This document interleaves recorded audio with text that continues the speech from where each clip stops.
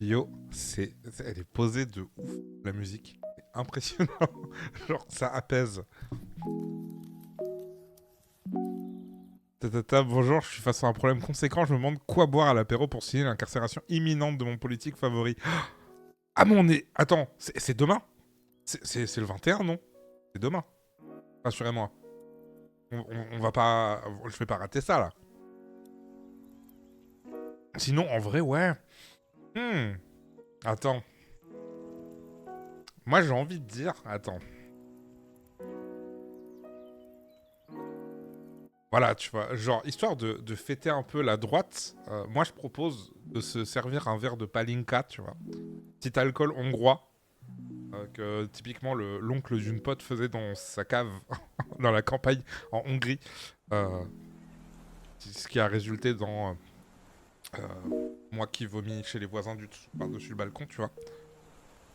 Mais sinon, après l'alcool n'étant pas obligatoire, parce que bon, il y a quand même un problème avec ça en France, hein. Double chips, voilà, c'est. Ou voilà, deuxième ration de frites, comme dit Motamir, tu vois, c'est. Mais clairement, moi, j'irais sur un petit truc hongrois pour faire plaisir, tu vois. Sinon, comment ça va? Comment ça va? Yo Jacob, yo Mota, yo Gabi, yo Flyful, Fly You Full, Fly Wayful. Ah, j'espère que tout le monde va bien, que tout le monde a passé un bon week-end, que tout le monde est bien reposé. Comme d'habitude, ce n'est absolument pas le cas aujourd'hui. Je sais pas vous, mais vraiment, genre le lundi, peu importe la quantité de taf que j'abats, j'ai l'impression d'avoir rien foutu. C'est un genre de sorcellerie, je ne sais pas. Mais genre, j'ai taffé de ouf et j'ai l'impression de n'avoir rien foutu. Et comment vous expliquer ça, je ne sais pas. Et la journée n'est pas finie. D'ailleurs, sachez, j'en ai parlé vite fait sur Blue Sky, mais à 20h30, on est en live, mais sur le Twitch de Perso Caché, une asso dont je fais partie, où du coup on lance le premier numéro dans Talk Show, un talk show, qu'on va essayer de tenir tous les lundis. Du coup sur le Twitch de Perso Caché, talk show qui s'appelle Perso Posé, où on va un peu discuter voilà, de ce qui nous a un peu marqué dans l'actu, autant culturel que politique ou actu tout court. Voilà. Du coup alors, je suis en train de me perdre dans les bouts de tissu. Un cadeau pour un bébé. Genre, du coup, tu couds quelque chose ou c'est le tissu le cadeau? Ah, mais du coup, tu sais, vu qu'il y avait le Y, ça donne envie de lire Fly Full, tu vois. Mais écoute, on va garder la citation originale de Messire Gandalf. Impeccable, vive les vacances, j'ai enfin une table, ce fut une journée efficace. Comment ça, enfin une table?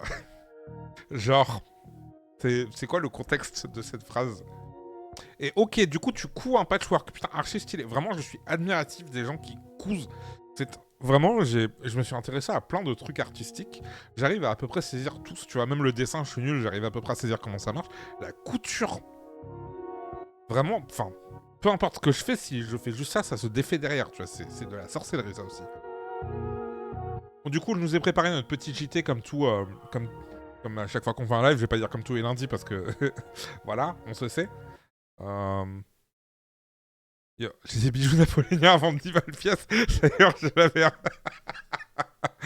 Et bah écoute, Kefta, je pense que tu pourras trouver repreneur ici. En plus, j'ai vu que du coup, ils avaient balancé une couronne dans leur fuite, les gars. Donc là, du coup, ils sont en train d'estimer les dégâts qui auraient pu être faits à la couronne quand elle a été balancée en chemin. C'est trop marrant, du coup, j'ai lu un article de. Il y a vraiment je vais dire toute la bourgeoisie, mais il y a tout un tas de darons, surtout d'ailleurs, qui sont outrés de cette affaire. Mais genre, je crois que c'est un article du Point qui parlait d'un casse de haut niveau, vraiment d'un truc incroyable et tout. Les mecs sont montés sur un mont de charge et ils y sont allés avec une disqueuse alors qu'il y avait des gens autour, tu vois. Genre, vraiment, ils sont rentrés, ils ont pris le truc, ils sont repartis. C'est incroyable, je trouve. J'ai emménagé fin août suite à ma mutation et j'avais qu'une table basse. Mon ancien appart avait une cuisine équipée et je n'ai malheureusement pas pu emporter. Ah, je t'avoue que ma table à manger, je m'en sers depuis très peu, au final. Donc, mais je comprends, je comprends. Et attends, du coup, j'ai pas vu la réaction de Chalençon, je vais aller voir ça.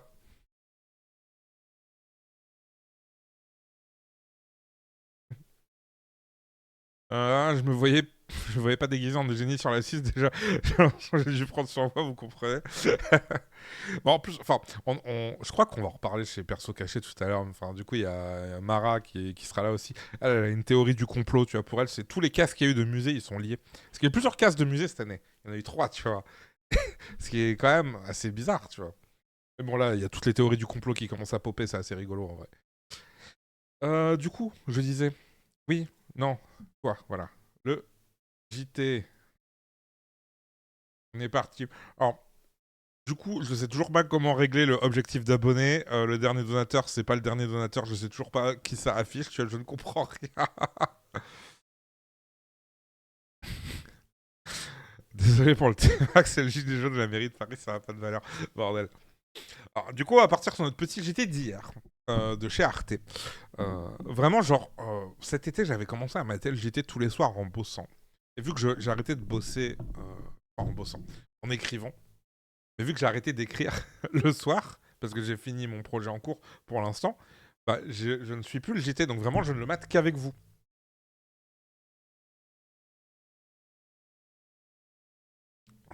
Ma femme travaille dans la culture, tous les musées de France ont reçu l'instruction de n'exposer que des répliques de leurs objets en or. Genre récemment, ou c'est un truc qui date de. Enfin, un peu plus tôt dans l'année, tu vois.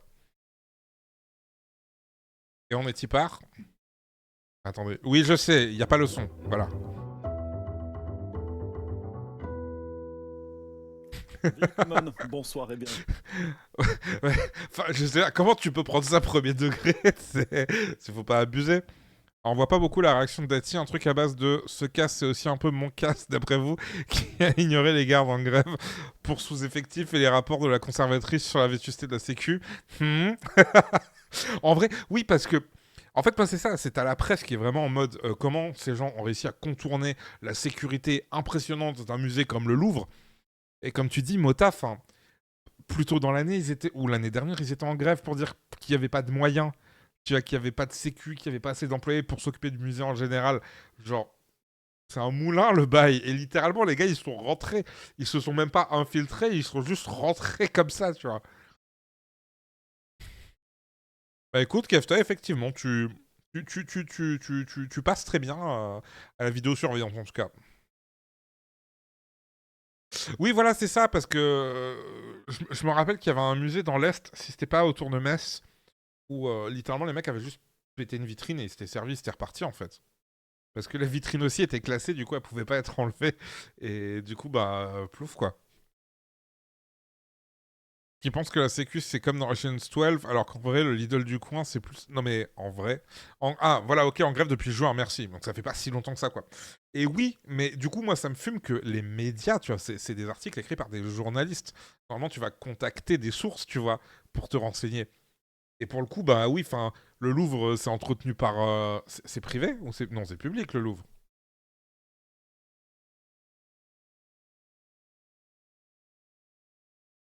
Parce que si c'est public, c'est entretenu à la merde. Hein. Je sais. Ça appartient à qui le Louvre? Voilà. Bon, j'ai la flemme de continuer. Mais il n'y a pas trop. Oui, voilà, c'est public, tu vois. Merci. Donc, clairement, public avec des donateurs, tu te doutes bien qu'il n'y a pas de laser, tu vois, au Louvre. Enfin, le mieux de la sécurité, c'est deux vigiles et un chien, tu vois. Et la preuve qu'elle n'est pas suffisante. Voici les titres.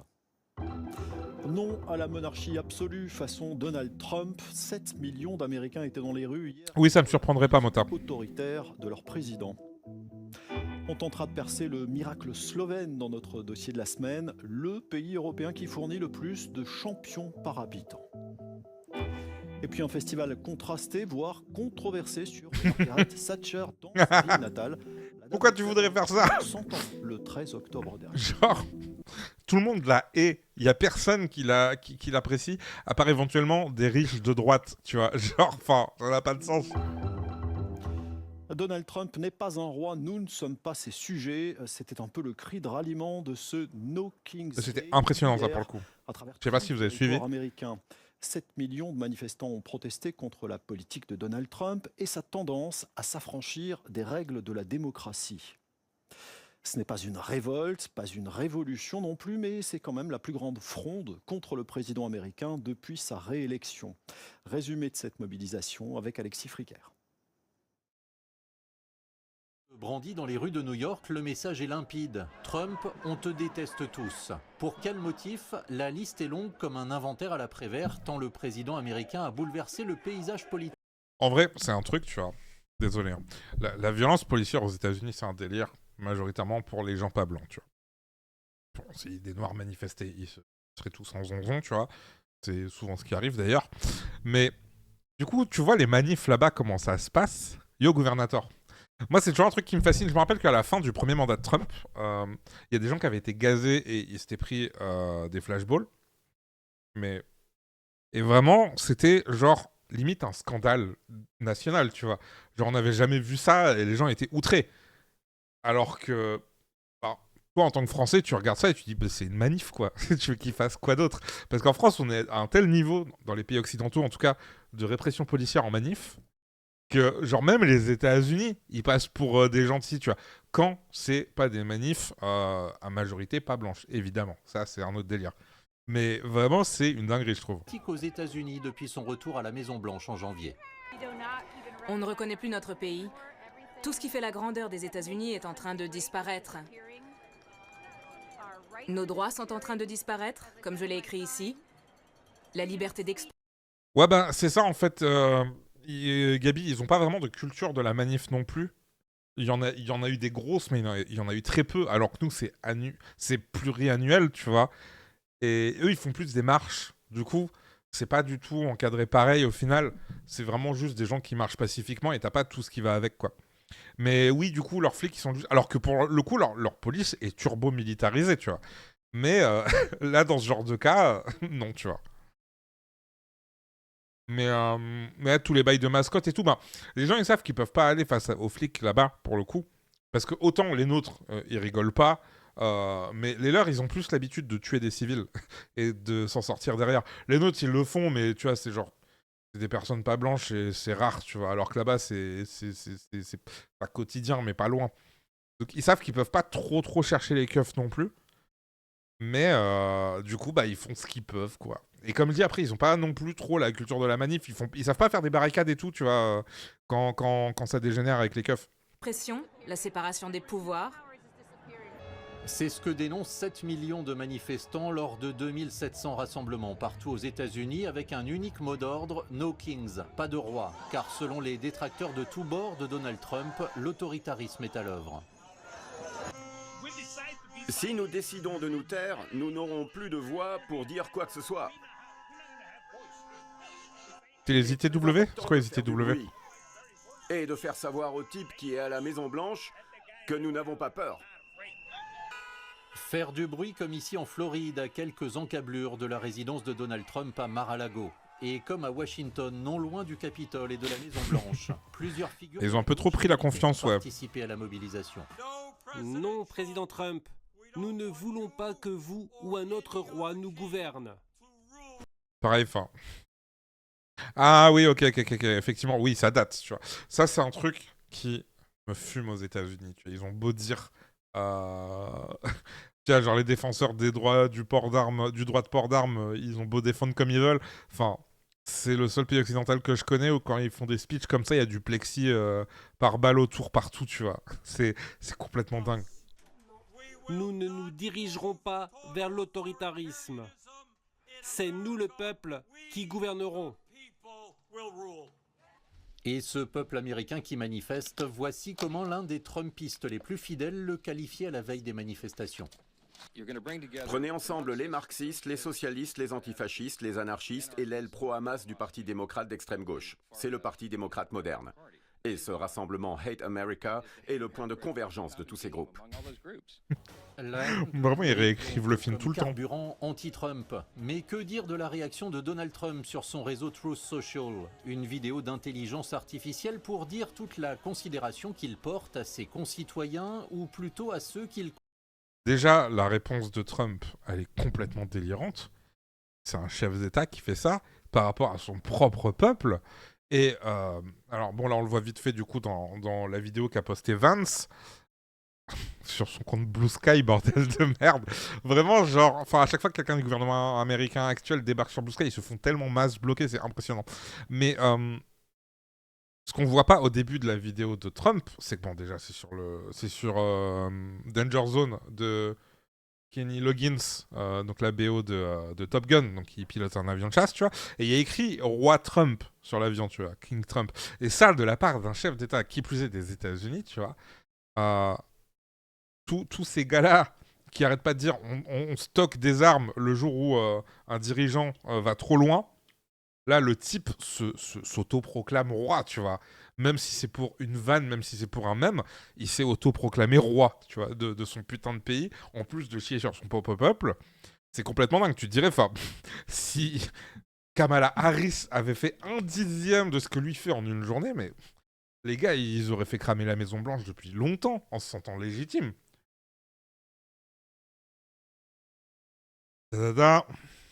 En plus, quand il n'y a pas de plexi, ils ratent les fascistes, c'est gros nul. Non mais oui, en plus, ils ont essayé plusieurs fois, ils n'ont jamais réussi, c'est incroyable. Zut alors. Si les démocrates étaient anarchistes, ce serait beau. Si les démocrates étaient de gauche, ce serait déjà pas pire. Oui, clairement. Yola, yola. Ils ont fait des blagues à base de Your Mom aux journalistes quand on leur demandait pourquoi aller à Budapest rencontrer Poutine. Genre, qui a eu l'idée, Your Mom, et c'est la porte-parole qui l'a dit. Putain. Non, mais c'est ouf, quoi. Dans ma tête, ce soir, il y a un live perso caché, mais je sais plus si c'est mon imagination. Non, là, c'est à 20h30 tout à l'heure. Attendez, je vais faire un... Abonnez-vous maintenant. Je leur ferai un petit shout-out en fin de live. Non, pas un raid. Non. Arrête. Qu'est-ce que je fais? Non. Ah. Putain, je ne comprends toujours pas. Est-ce que c'est comme ça que ça marche? Est-ce que j'ai réussi mon truc? Oui, voilà. Abonnez-vous à perso caché. Du coup, live ce soir à 20h30. Première de notre talk show perso posé. Tout ça. Rappelez-vous à la sortie du DLC d'Assassin's Creed 3, la tyrannie du roi Washington, quand tous les médias de droite US crachaient sur... Non mais... Le niveau de lecture politique des gens de droite, globalement, c'est assez désastreux, on va pas se mentir. Voilà. Là, j'ai vu quelqu'un commenter... Attends. Je lisais un truc... Et il y a quelqu'un qui a dit qu'il fallait arrêter de politiser. C'était un truc turbo-politique. Je sais plus ce que c'était. Je crois que c'était au sujet de la peine de mort, un bail comme ça. Il y a quelqu'un qui disait qu'il fallait que les gens arrêtent de politiser ça. Et j'étais en mode, mais vous savez ce que ça veut dire, politiser, en fait? Genre, moi, je suis perdu, là. Je comprends plus comment ça fonctionne. Ah ben, c'est sur Blue Sky et sur mon Insta. En plus, sur Blue Sky, on s'est trompé 2 fois dans les posts et tout, on les a refait. Mais du coup, voilà, on retourne à Trump. Considère comme ces sujets n'ayant pas voix au chapitre. L'armée israélienne a lancé des frappes et des tirs d'artillerie. Le El Famoso cessez-le-feu, hein, on n'oublie pas, fameux cessez-le-feu signé par Donald Trump. Sur la bande de Gaza, faisant au moins 33 victimes. Avant cela, plusieurs unités auraient essuyé des tirs, notamment dans la zone de Rafah. 2 soldats israéliens sont morts. Le Hamas réfute les accusations de violation du cessez-le-feu et accuse Israël d'inventer des prétextes pour ces frappes. Ce soir, les autorités israéliennes ont suspendu l'entrée de l'aide humanitaire dans la bande de Gaza. Tout aussi fragile, une nouvelle trêve vient d'être conclue entre l'Afghanistan et son voisin pakistanais. Oui, parce que du coup, j'ai pas du tout suivi cette affaire. Grosso merdo, le Pakistan avait bombardé Kaboul.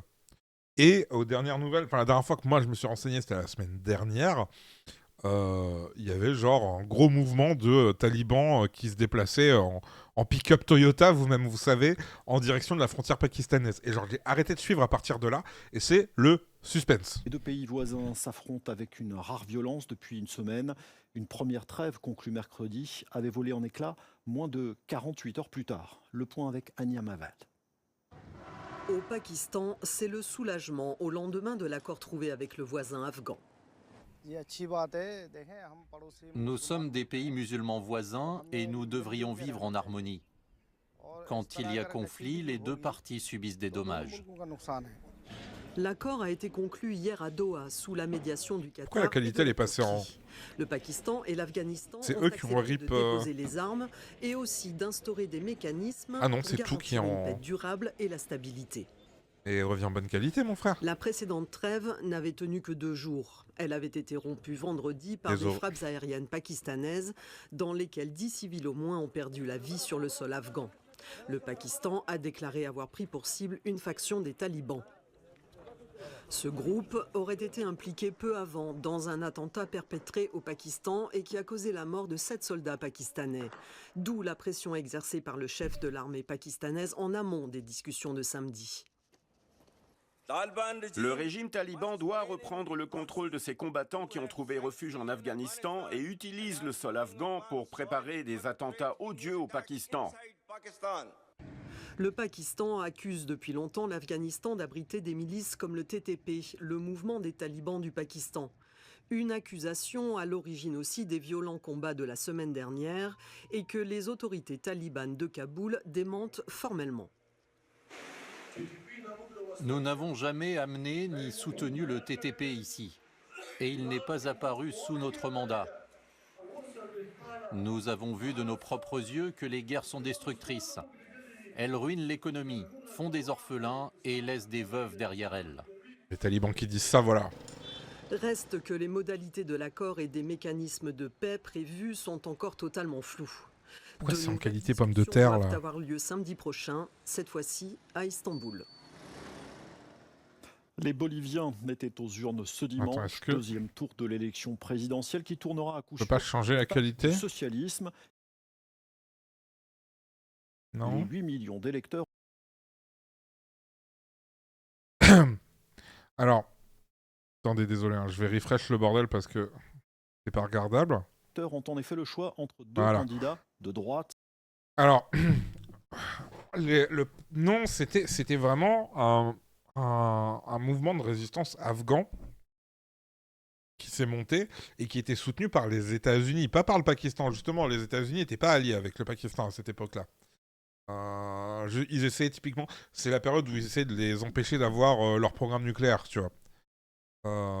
Donc non, c'est un truc. Si je dis, attendez, je vais pas improviser sur des sujets aussi complexes. On va juste faire un rapide tour sur Wikipédia. Tac. Histoire.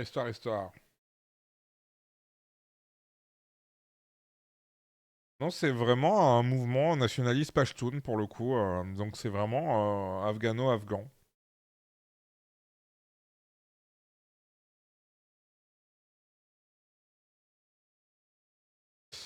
Non. Alors c'est plus Ben Laden effectivement qui était retrouvé d'ailleurs au Pakistan si je dis pas de bêtises.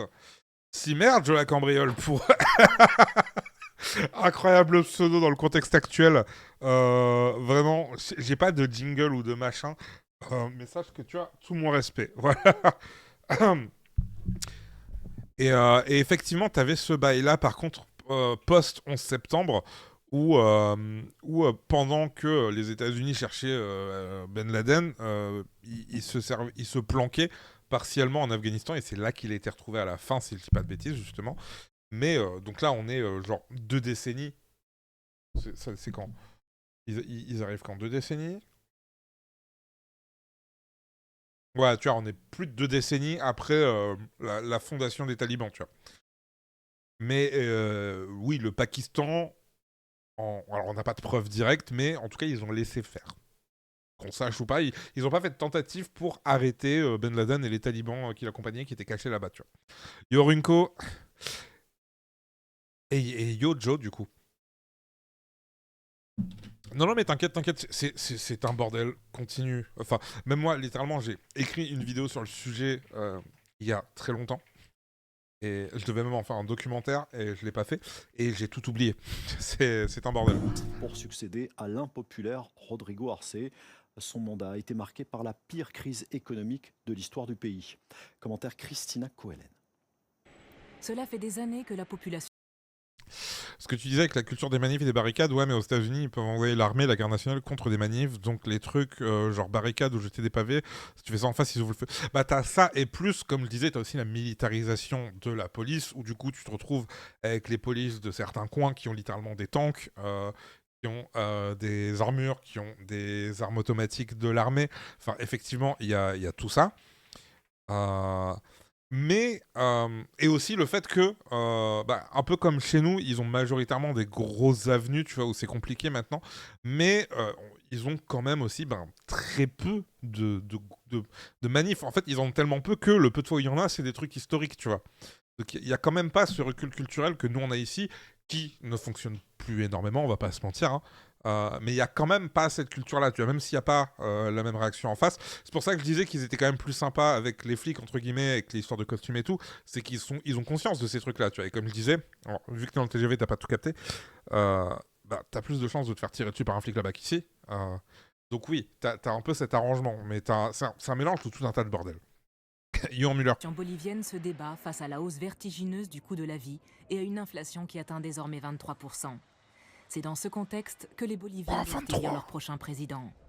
Mais pour les électeurs, une chose compte avant tout. Oui, Ils aussi, veulent ouais. une fin rapide à la pénurie d'essence et à la crise économique. À la veille du scrutin... 2 secondes.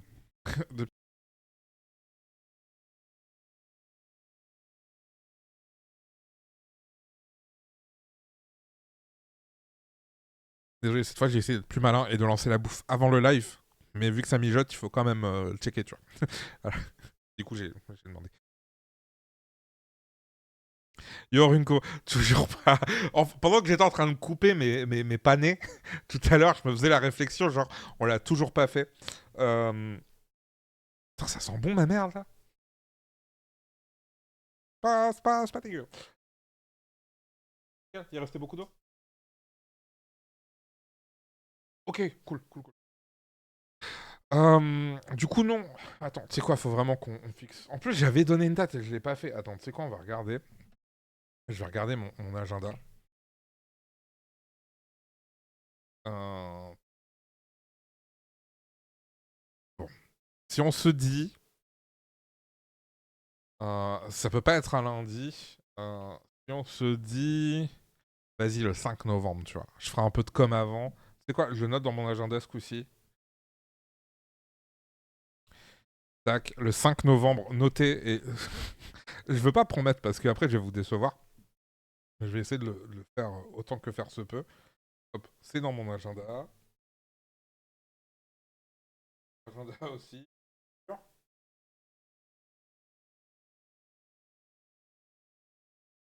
Ah, mais c'est la sortie de X-Men Age of Revelation aussi, c'est un comics, je crois. Je sais plus.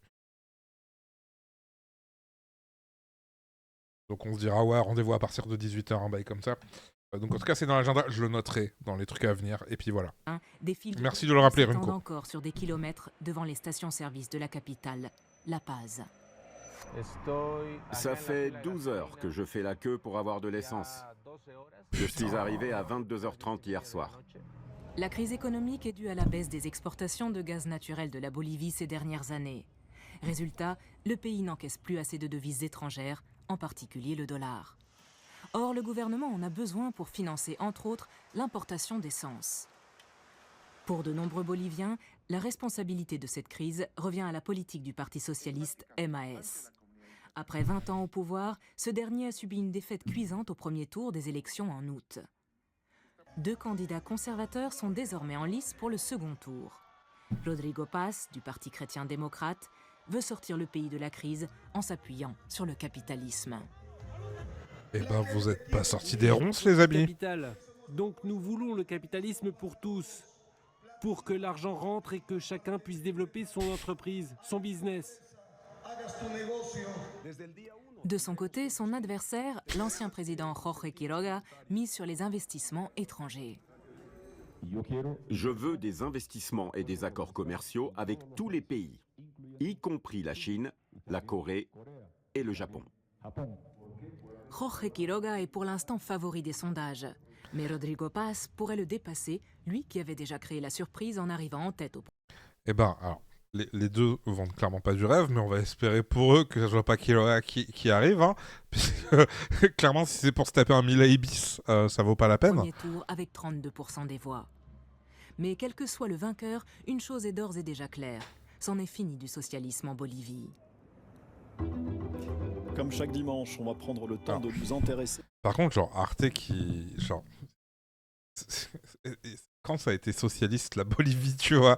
Genre, arrêtez d'utiliser des termes comme ça au La pif. Hein. situation d'un de nos voisins européens. Cette semaine, direction la Slovénie. Attends. Je lisais un article Mediapart qui parlait que la partie MAS avait reconnu une population indigène il y a 10 ans. Une partie de cette population a fait fortune et maintenant vote pour le centre droit. Et aïe oh.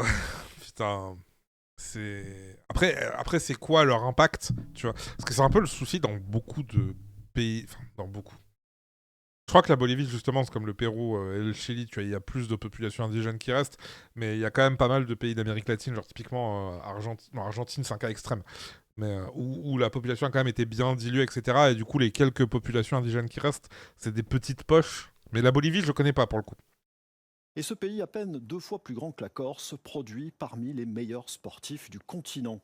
Ce qui pourrait paraître... J'étais sur la Slovénie, c'est ça? Est à la fois porté par une culture Slovaquie sportive bien ancrée dans la tradition et par une politique très volontariste. Avant d'aller plus loin, voici quelques éléments de contexte. La Slovénie, un des plus petits pays de l'Union européenne, est la championne des titres sportifs mondiaux et olympiques par habitant. Que ce soit en cyclisme avec Tadej Pogačar, double champion du monde et quadruple vainqueur du Tour de France, Luka Doncic, superstar mondial de basketball, meneur des Lakers de Los Angeles, ou Jan Oblak, l'emblématique gardien de l'Atlético Madrid, et la liste est longue. Il faut dire que le pays se prête à l'activité sportive, avec ses côtes, ses forêts et ses sommets qu'on retrouve sur son drapeau national. Autre clé du succès, le sport comme pilier de l'éducation à l'école et le développement des infrastructures. Résultat, plus de 22% des Slovènes font plus de 5 heures de sport par semaine, contre seulement 6% dans le reste de l'Europe. Stylé. Notre équipe a tenté de percer le mystère de cette culture slovène du sport, un périple qui débute dans... Après, malheureusement, Kikic, c'est un truc qui est assez courant dans les populations minorisées. Et que tu sais qu'à la fin, ils veulent ton vote, juste, ils vont pas t'aider, tu vois. Ils vont te proposer des demi-mesures pour obtenir ce dont ils ont besoin. Mais globalement, ils vont jamais trop forcer non plus dans ta direction. Du coup, oui, les gens vont aussi voter par opportunisme, en réaction, tu vois. La ville du quadruple vainqueur du Tour de France. Mais oui, Motard, incroyable. Qui entraîne dans sa roue toute une génération de futurs champions. Slovénie, médaille d'or de la politique sportive, c'est notre grand format du dimanche. Il est signé Philomène Bon et Frédéric. Ok.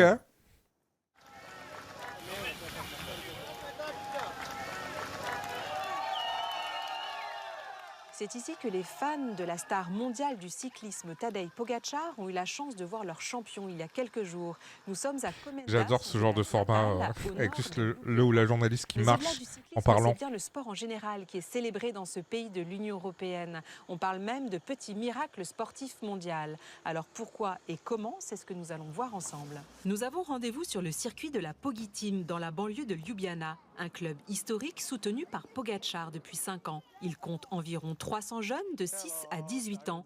Le champion du monde s'est lui-même entraîné sur ce circuit quand il était enfant. Et ici, ils rêvent tous de lui ressembler. Ce qui me motive, c'est Tadej Pogačar, c'est clair. Stop, vous devez rouler en parallèle et lentement. Si quelqu'un va trop vite, c'est dommage. Si vous roulez bien en parallèle, vous saurez rouler immédiatement dans la ligne, ok? La Fédération nationale de cyclisme connaît un grand succès depuis 10 ans, passant de 600 licenciés à environ 2200. Mais pour ces enfants, le sport est... Du coup, c'est le vélo ou c'est le sport en général, tu vois?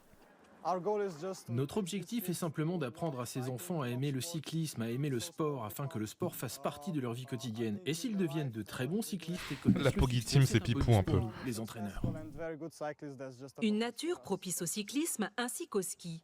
Peter Prevc, aujourd'hui retraité, est le sauteur à ski slovène le plus titré, une légende dans son pays. Il se souvient de son record du monde en 2015 à 250 mètres.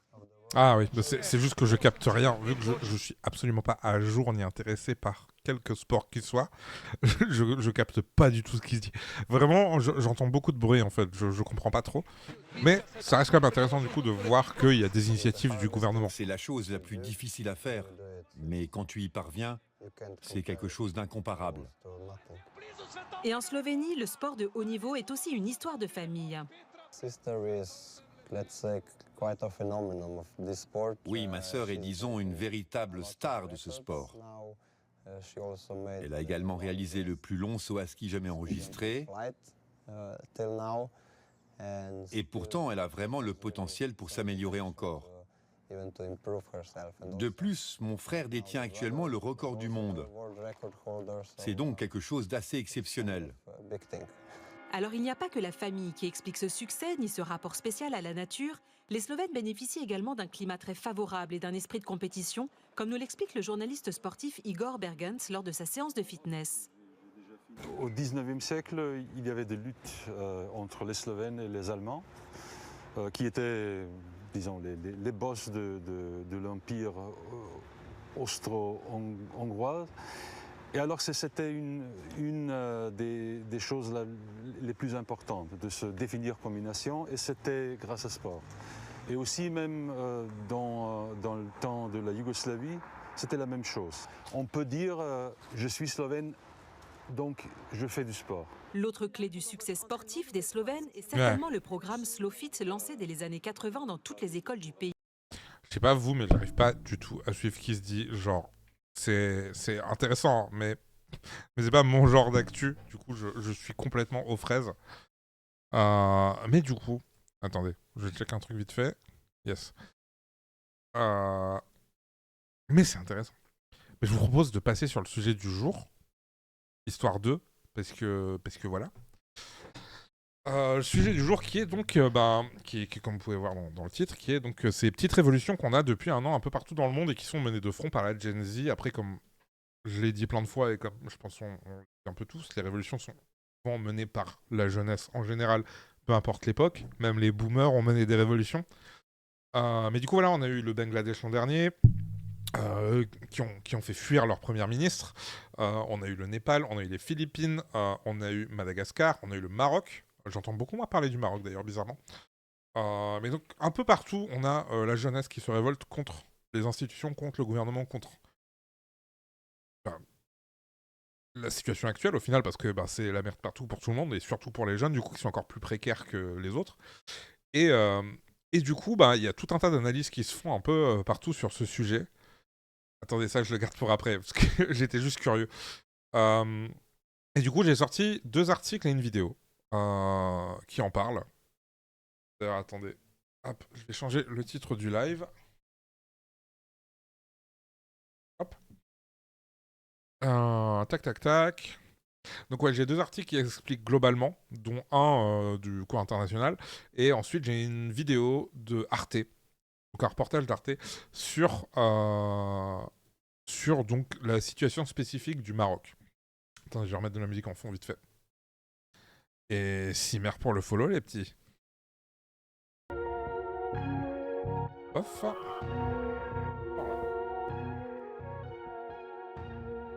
Vraiment, le volume de la musique sur YouTube, c'est une catastrophe. Donc bref, nous disions, dans le monde entier, la Gen Z invente de nouvelles formes de mobilisation en réseau. Analyse. Dans son article de qui, de où?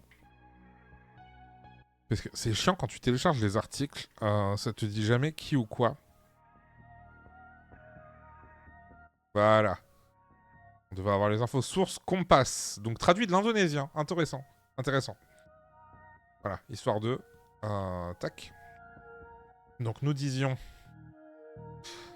Donc analyse. Dans le monde entier, la Gen Z invente de nouvelles formes de mobilisation en réseau. Née dans les années 2000 en plein boom numérique, la génération Z s'affirme aujourd'hui comme une force de mobilisation politique qui transcende les frontières avec son propre langage et ses propres codes.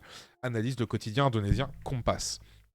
Du coup, j'avais juste à attendre de lire un peu l'intro. C'est un phénomène inédit dans l'histoire politique contemporaine. La vague de soulèvement portée ces dernières semaines par la Gen Z dans de nombreux pays n'est pas une succession fortuite d'événements, mais relève d'un schéma interconnecté, avec une résonance transnationale affranchie des frontières du nationalisme et des clivages culturels.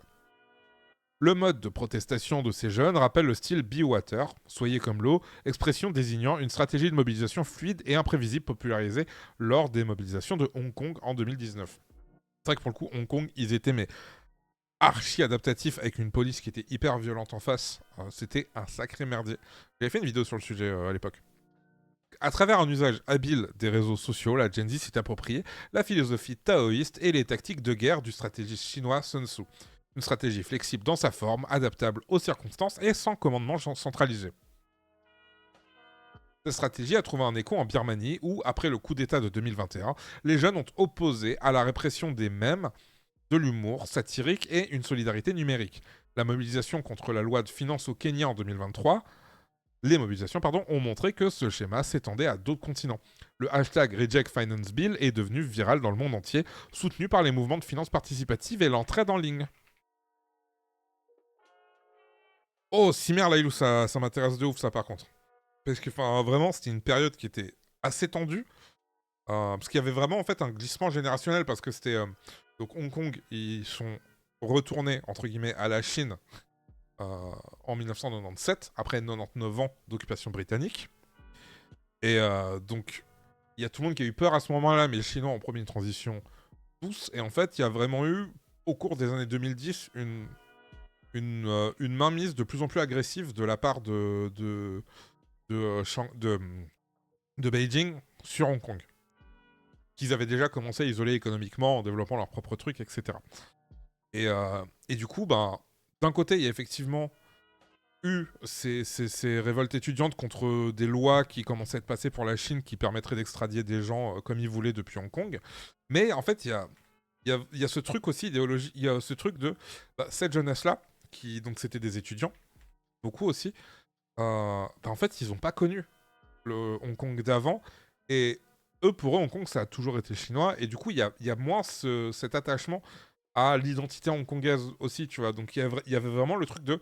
Ils se rebellaient contre une loi, mais ils se rebellaient pas contre la Chine. C'était vraiment un truc particulier. Yo, replay dit.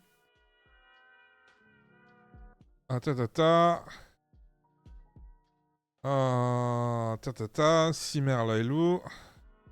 Est-ce que tu aurais un lien? Tu peux copier des liens. Va falloir que je règle ça d'ailleurs un jour, si je trouve comment. Mais pour l'instant, vous pouvez copier des liens.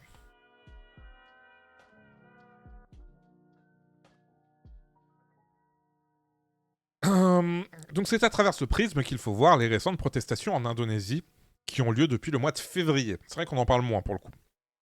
Le récit de la résistance n'est plus porté par les organisations étudiantes ou les organisations militantes traditionnelles, mais par des comptes TikTok, Instagram et X qui captent l'imaginaire collectif. Simer Lailou. Et ça, c'est aussi un bail qu'il y a eu au Népal, qu'il y a eu aux Philippines, qu'il y a eu à Mada. Il y a eu ça à l'île Maurice l'an dernier quand il y a eu des révélations sur le Premier ministre aussi. Ils essayent systématiquement, et Macron l'a proposé aussi, de faire couper les réseaux sociaux et en premier TikTok. Parce que TikTok, c'est ultra efficace, surtout TikTok Live, pour faire passer des infos en direct. Et je pense que c'est pas pour rien que beaucoup de gouvernements sont contre. En Occident, en tout cas. Parce que tout ce bail de la Chine qui embrigade nos gamins et tout, nanana, moi, ce qui m'inquiète le plus sur TikTok, parce que c'est ultra efficace pour ça aussi, c'est toute la propagande d'extrême droite, bien de chez nous, qui est présente dessus. Enfin, typiquement, vous verriez la cote de popularité de Jordan Bardella sur TikTok auprès des jeunes, c'est terrifiant. Et c'est pas les Chinois qui font ça. Hein. Et du coup, Simer Lailou.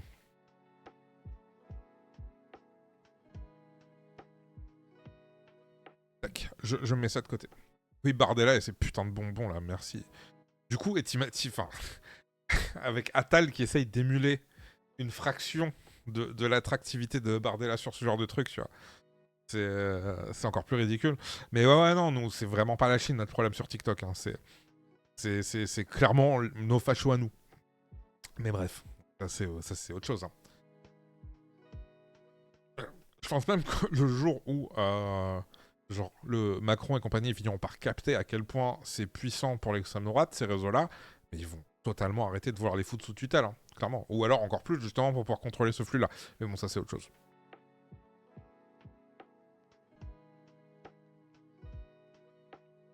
Ok, bah attends, je vais... Ouais, il se connecte pas à Insta.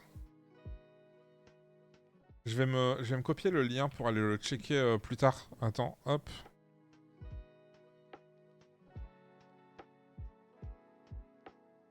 Cimer, en tout cas. Donc nous disions, ces mobilisations qu'on a vues sur l'archipel en 2020, 2022 et 2025 ne se rédigent plus à des discours politiques. Elles prennent des formes plus fluides, nourries de créativité visuelle et teintées d'humour. Mais derrière cette apparente légèreté se cache une réelle gravité.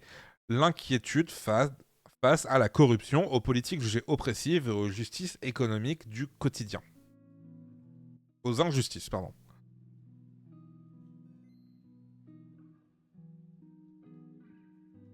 Yo Wispy. Et c'est exactement ça, Mota, en fait. C'est là où, justement, ils ont pu proliférer sur YouTube à l'époque déjà. Même sur des vidéos de 10, 15, 20 minutes. C'était punchline sur punchline sur punchline. C'est comme ça que des gars comme le Raptor Dissident et compagnie ont réussi à faire leur beurre à l'époque. Et c'est comme ça aussi qu'ils arrivaient à passer entre les mailles du filet auprès de leur public, où t'as des tonnes de gens qui disaient non, ils sont pas d'extrême droite, ils font juste des vannes sur tout le monde. Alors que, déjà non, et de deux, c'est pas parce que tu fais des vannes que c'est pas politique, tu vois. Et malheureusement, c'est un format qui marche très bien en format court, et c'est là où on n'occupe pas bien Internet, la gauche, hein. Ça je le redirai toujours, hein. On n'occupe pas bien Internet. On n'est pas obligé d'utiliser les méthodes de l'extrême droite, mais on n'occupe quand même pas bien Internet. C'est un fait. Donc le Népal a, à son tour, ouvert un nouveau chapitre. Confronté à l'inertie d'une corruption persistante et d'une économie en déclin, le mouvement de contestation s'est rapidement amplifié. Il a entraîné la démission rapide de plusieurs responsables, preuve que l'énergie de la Gen Z peut directement ébranler les structures du pouvoir. Sachant qu'on le rappelle, au Népal, ça a aussi été déclenché par, a priori, des Nepo Kids, enfin des gamins de membres du gouvernement qui flexaient leurs trucs de luxe sur les réseaux. Non mais c'est ça, Mota, tu vois, c'est juste qu'ils... Oui, ils font les mêmes blagues que ton daron, du coup t'as l'impression qu'ils font des vannes sur tout le monde, mais non, quoi. Parce que moi, j'ai plusieurs potes qui m'ont fait découvrir typiquement Valek ou le Raptor Dissident à l'époque. Toujours la même typologie de personnes, on va pas se mentir. Mais à chaque fois, c'était sous le prisme de Théma, c'est trop drôle. C'est pas genre Théma, il clash les gauchistes ou quoi, c'est juste Théma, c'est des blagues, tu vois. Ça rend complètement fou. Et écoute, ça, on va le voir après, hein, Kiki, de toute façon. Hein. La revanche du doom scrolling. On les croyait apathiques, trop paresseux, trop absorbés par le défilement morbide des informations sur leur ordinateur ou leur téléphone, ce qu'on désigne par l'américanisme doom scrolling. Or, note le site indien, le site indien. Ok, voilà. Nous disions... Ah! J'ai une pote qui croyait que Papacito c'était du... Non mais j'en connais plusieurs. Je connais plusieurs personnes comme ça aussi. Hein. Et comme je dis, le Raptor Dissident surtout. Valek beaucoup à l'époque, mais le Raptor Dissident c'était beaucoup plus parce qu'il était beaucoup plus connu. Vraiment, on me l'a présenté comme une chaîne humoristique, quoi. C'est assez ouf. Et oui, du coup, effectivement, c'est vraiment la génération qui est censée avoir le cerveau liquéfié par leur smartphone qui, du coup, se bouge le plus. Les aînés pensent avec mépris que la seule chose qui unit les membres de la Gen Z, c'est leur addiction à Internet. Erreur. Ce qu'ils n'ont pas compris, c'est que même faire défiler des informations sans but précis peut devenir politique. Que ce soit à Katmandou, à Jakarta ou ailleurs, les anciens dirigeants se préparent encore à réprimer les foules dans la rue. Ils ne comprennent pas que le véritable soulèvement a déjà commencé dans la section commentaires, analyse News Laundry, qui conclut de façon définitive, de nos jours, le bien le plus précieux n'est ni la terre, ni les institutions, mais l'inconscient des jeunes. Alors ça a toujours été le cas.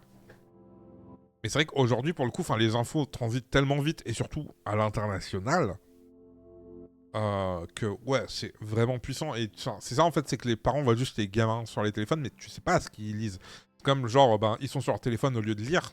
Non, toi tu veux qu'ils lisent Baudelaire, en plus, parce que s'ils lisaient des bouquins, tu serais même pas content de ce qu'ils lisaient. Mais non, ils passent leur temps à lire aussi. Ils lisent des articles, ils lisent des messages, ils lisent plein de trucs. Enfin, les gamins lisent plus que leurs parents, souvent. C'est juste qu'ils lisent pas des trucs qu'on respecte, entre guillemets, tu vois. Les stratégies numériques, la culture populaire et la solidarité transfrontalière de la Gen Z se sont également manifestées en Thaïlande ou en Malaisie, tandis qu'au Nigeria, au Chili et en Colombie, la créativité numérique s'est mêlée à la musique et aux arts de la rue parmi les principaux vecteurs de la contestation. Dans cette résonance, chacun puise dans les expériences de mouvements étrangers pour les adapter à sa propre réalité. De là naît un soutien transfrontalier qui paraît presque instinctif, comme lorsque, en août dernier, de jeunes Malaisiens ont affiché leur solidarité avec les militants indonésiens. La Gen Z se vit comme une communauté mondiale soudée par les mêmes combats. D'ailleurs, c'est très marrant de voir tous les JT du coup faire des segments sur One Piece parce que dans toutes ces manifs, ils reprennent tous du coup le Jolly Roger de l'équipage de Luffy, tu vois. Et du coup, ils comprennent pas pourquoi, ils comprennent pas le rapport. Et du coup, vraiment, tu te retrouves avec tous les JT qui font des segments. Pourquoi ce symbole d'un manga japonais se retrouve dans des manifestations partout dans le monde ? Mais à chaque fois, l'explication, elle est aux fraises. Cimer Mouche pour le follow. Pour avoir fait de l'EMI, pas mal de jeunes sont plus informés que la plupart des vieux. En tout cas, il y a un désir d'information. En même temps, One Piece, c'est basé et surtout massif. Non, mais c'est ça. C'est ça.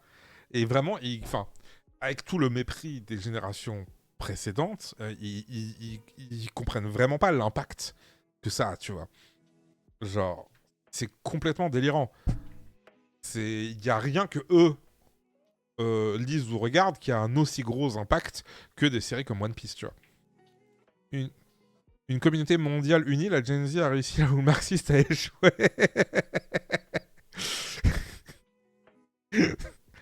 C'est très beau ce que tu dis, Nerposic, c'est très beau ce que tu dis.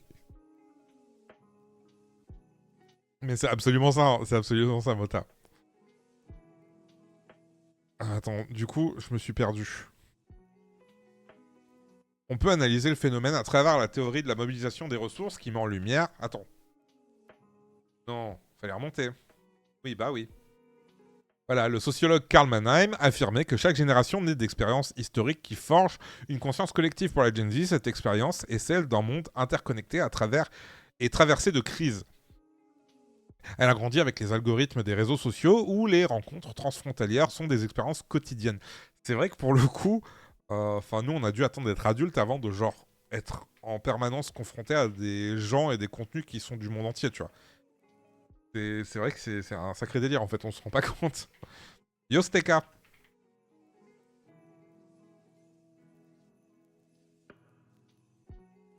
Cette génération n'a pas connu de monde sans Internet et a grandi sous l'ombre persistante du dérèglement climatique, des pandémies, des inégalités économiques, des conflits sociaux, des discriminations et d'un autoritarisme grandissant.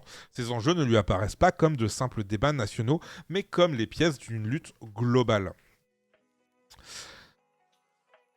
Par contre, il y a toujours une histoire de classe sociale dans l'accès à l'information parce que je bosse avec des gamins allant de milieux défavorisés à de la classe moyenne et vraiment, il y a une énorme différence, à part quelques exceptions. Bah, il y a... En fait, il y a un accès à l'information, mais c'est plus du coup le type et la qualité de l'information qui va différer, j'ai l'impression, en tout cas. Et du coup, cet cas, là, on est sur les différentes révoltes qui couvent dans la jeunesse internationale. Dans majoritairement des pays du Sud, on va pas se mentir. Mais du coup, voilà.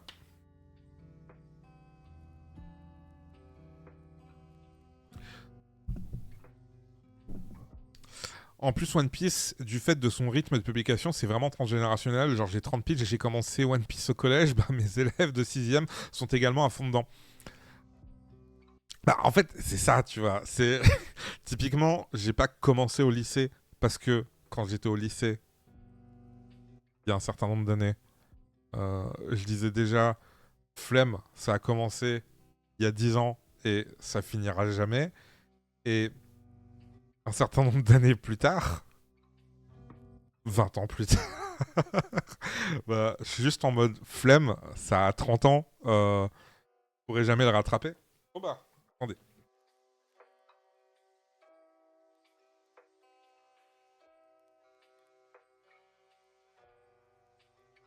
Il a demandé.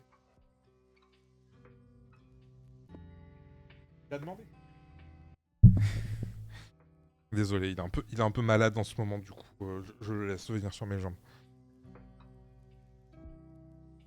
One Piece, c'est un peu le Doctor Who des Weebs. Bah, En fait, je crois que les fans de Doctor Who, vous surestimez l'impact de votre série et de votre fandom.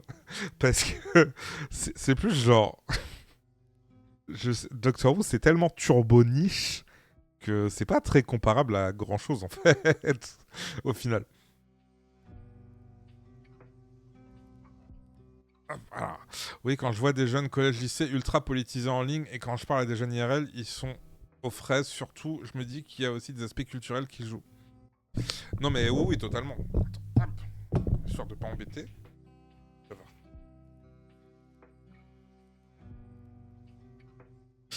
On en était où, nous, dans cette histoire d'article-là? Ah, bah après, Doctor Who, en vrai, c'est pas, entre guillemets, si vieux, tu vois.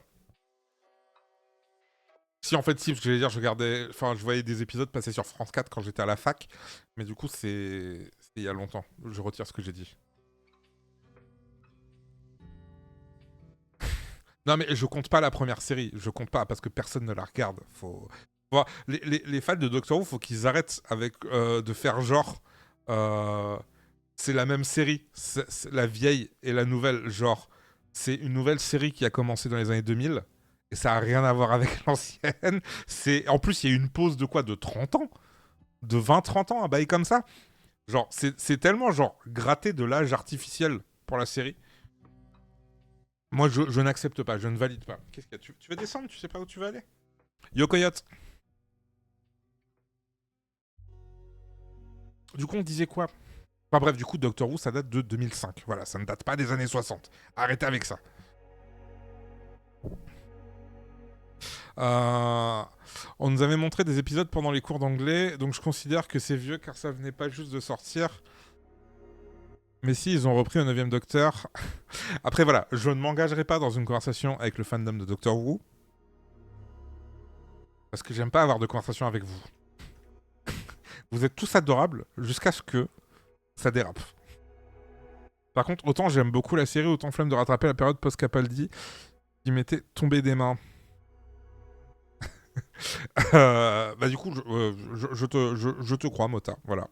Bah, Star Trek, j'ai commencé en plus. J'ai maté les 3 premiers épisodes de la première série. C'est grave avant-gardiste. J'étais kécho d'à quel point c'était moderne pour l'époque. Genre, vraiment. Mais du coup, c'est grave bien. Faut que je continue un jour. Qu'est-ce que tu fais?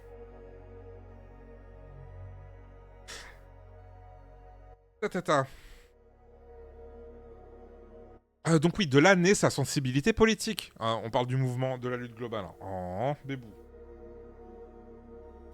Plus personnel, ancré dans l'identité et en même temps plus transnational.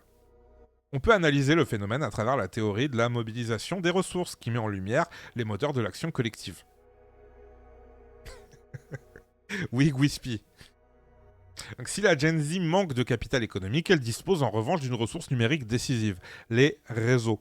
C'est vrai que j'étais kécho. J'ai donné un cours de vidéo en école de journalisme là il y a quelques semaines. En fait, il y avait vraiment 2 teams. Il y a ceux qui sont vraiment formatés TV, donc qui parlent vraiment comme s'ils faisaient un reportage TV. Et il y a ceux qui, vraiment, ils s'en filent de la TV, mais du coup, ils ont un ton réseaux sociaux archi naturel. Ça leur vient tout seul. Alors que des gens de mon âge, tu les fous devant une caméra pour la première fois, c'est un carnage. Ok. Nous disions... Donc, si la Gen Z manque de capital économique, elle dispose en revanche d'une ressource numérique décisive, les réseaux. Ces mouvements ne se structurent pas autour de secrétariats ou de sièges permanents, mais à partir de groupes WhatsApp, de serveurs Discord ou de forums en ligne. Et c'est ce qui la rend du coup turbo-flexible aussi. Oui, bah c'est exactement ça, Gwispy, en fait.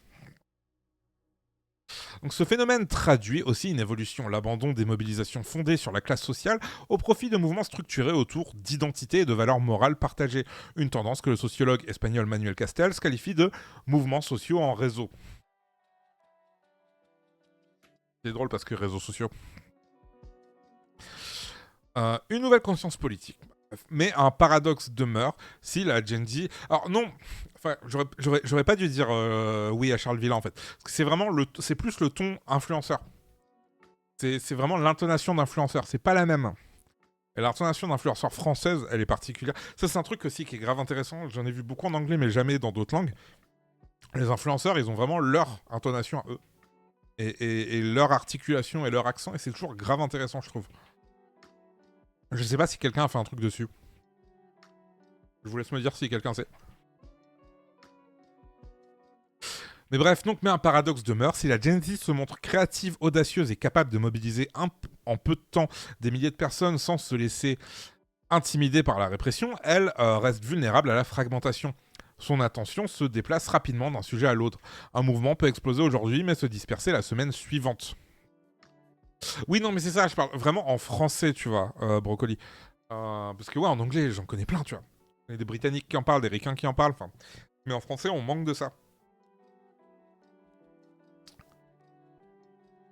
Ok, donc oui. Ça aussi, c'est malheureusement, c'est un problème. On a vraiment ce truc-là aussi sur les réseaux. Effectivement, c'est où tu t'intéresses à tout, ou juste tu vas de mode en mode sur les sujets. Et ça, c'est pas que la Gen Z. Hein. Je vois beaucoup de gens de mon âge sur les réseaux aller de sujet de lutte en sujet de lutte toutes les semaines ou tous les mois. Et ça, malheureusement, c'est aussi l'instantanéité des réseaux qui fait ça. J'ai déjà entendu des gens dire qu'il y a un ton YouTube, donc un ton influenceur Insta ou TikTok, je serais pas choqué. Non, mais il y a, c'est plus, est-ce que quelqu'un a décortiqué ça, tu vois? Parce que non, il existe, le ton influenceur français. Je sais pas s'il est différent en Belgique ou quoi, tu vois, ou en Suisse, ou au Canada. Je connais trop peu de youtubeurs canadiens, pour le coup. Mais en tout cas, en France, on l'a, tu vois.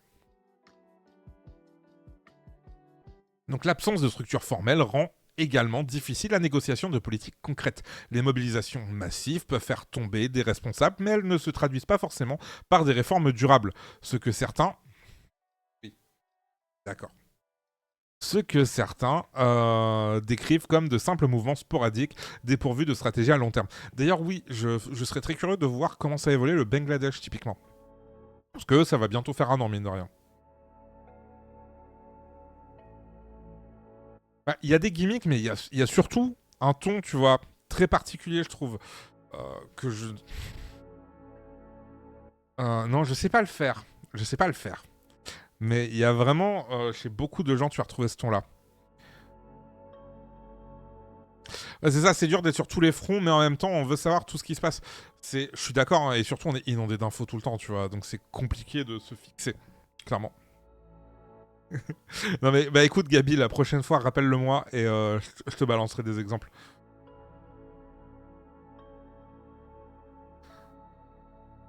Non mais oui, c'est pour ça que je dis, enfin, c'est après, je sais, est-ce que c'était autant parce que ça se mobilisait beaucoup aussi via téléphone, etc. Mais est-ce que c'était autant parce qu'il y avait pas une telle mémisation, j'ai l'impression, ou alors c'est parce qu'on a eu un manque de couverture ici, ce qui est aussi fort probable, tu vois. Mais là, du fait qu'on est beaucoup plus interconnecté qu'à l'époque, en tout cas, on le voit plus. Typiquement, enfin, oui, voilà, tu vois. C'était plus du local. Parce que là, moi, mon TikTok, j'ai des bails qui se passent au Népal, j'ai des bails qui se passent au Maroc et tout, dans mon flux. Alors qu'à l'époque, fallait plus le chercher quand t'étais pas directement sur place, tu vois. Parce que du coup, c'était dans des groupes. Or que là, t'as vraiment cette internationalisation du truc qui fait que ça dépasse les frontières, j'ai l'impression. Oui, voilà, c'est ça, tu vois, c'était moins universel. Donc ouais, ces critiques sont fondées, mais elles ne doivent pas occulter l'essentiel. L'objectif n'est pas seulement de corriger le pouvoir, mais de façonner une nouvelle conscience politique, laquelle ne se limite pas à l'exercice du pouvoir, mais suppose aussi le courage de ne pas rester silencieux. La Gen Z rappelle au monde que les protestations d'aujourd'hui ne sont plus l'apanage d'une seule nation ou d'un espace spécifique, mais une dynamique collective portée par une résonance transfrontalière. Elle ne promet peut-être pas une révolution immédiate, mais entretient une flamme qui maintient la démocratie vivante. Son message est clair, elle revendique le droit de faire entendre sa voix et d'imaginer une démocratie réinterprétée en tirant sa force d'une mobilisation qui transcende les frontières culturelles et géographiques. Il est très bien traduit cet article, pour le coup. Oui, c'est vrai, MySpace existait encore à ce moment-là. C'était très fort en fin de vie, mais ça existait encore. Mais du coup, très cool article. Il a été écrit par qui, Vindiou? J'aimerais bien savoir.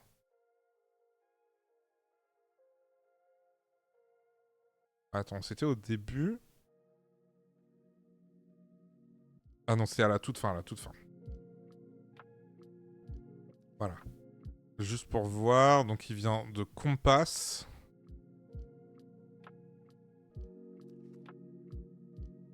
Ouais, mais du coup, j'aurais pas l'article en lui-même. Ah. Non. Je veux juste... je voulais juste l'auteur, moi, pour remercier cette personne. Mais bref. Mais oui, putain, typiquement, enfin en plus, oui, l'article était grave bien, du coup je vous le partage. Il était vraiment intéressant, je trouve, vraiment bien écrit. En plus, c'est rare que je me fasse la réflexion qu'un article est vraiment bien écrit. Pas que nos journalistes écrivent mal, tu vois, mais c'est... On essaie un peu trop souvent d'être factuel, contrairement au ricain, tu vois, par exemple. Et du coup, on oublie souvent la mise en forme. Et là, pour le coup, je trouve qu'elle est nickel. Malgré le fait que ça soit une traduction, tu vois. Putain, et MySpace, mine de rien, parce que j'ai eu un MySpace perso dont je me suis jamais servi. Mais vu que j'avais un groupe, à l'époque, on avait un MySpace pour notre groupe, et du coup, il y a vraiment eu cette période où on s'échangeait les MySpace entre groupes quand on se rencontrait, tu vois. Où tu mettais le lien du MySpace de ton groupe un peu partout. Et vraiment, j'ai jamais compris ce réseau. J'ai jamais compris. Enfin, parce que du coup, Skyblog était mieux foutu, je trouve, pour une personne individuelle.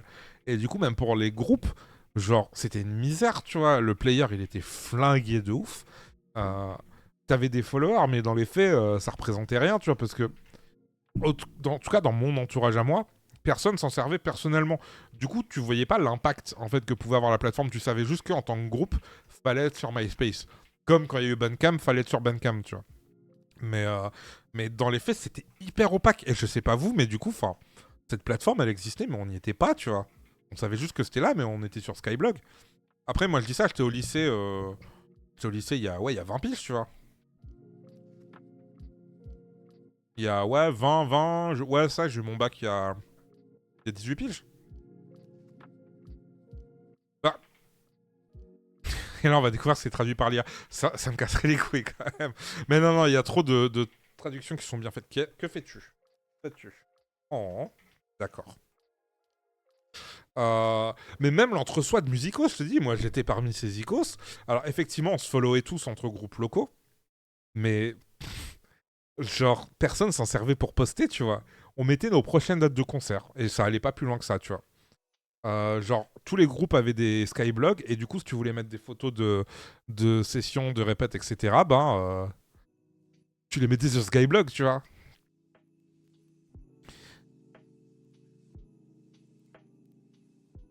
Oui, il y avait un peu de ça en fait, genre pour savoir où aller, etc. Aussi les gros groupes, pour avoir des infos sur leurs albums avant que je découvre les vrais fansites, tu vois. Par contre, je vais avoir besoin de ma main pour changer d'onglet. Ah d'accord, c'est lui qui fait défiler la page là. Ah, il est long comment cet article là? Bon, il est plus court. C'est un peu plus généraliste, là, du coup. Là, c'est de France 24. Et c'est de Grégoire, si je dis pas de bêtises, Grégoire Sauvage. Voilà. Donc, nous disions, du Maroc à Madagascar, la génération Z fait sonner la révolte au-delà des frontières. Depuis 2022, une série de soulèvements menés par la génération ultra connectée, née au milieu des années 90, fait trembler les élites vieillissantes et corrompues de plusieurs pays du Sud. Après le Népal, Madagascar et le Maroc, apparaissent comme les derniers exemples de ces mobilisations se mêlent colère sociale et solidarité numérique. Ah, après le Népal, Madagascar et le Maroc apparaissent... C'est dur. Hein. Et donc, comme on disait, hein, tu vois, le petit One Piece, tu vois.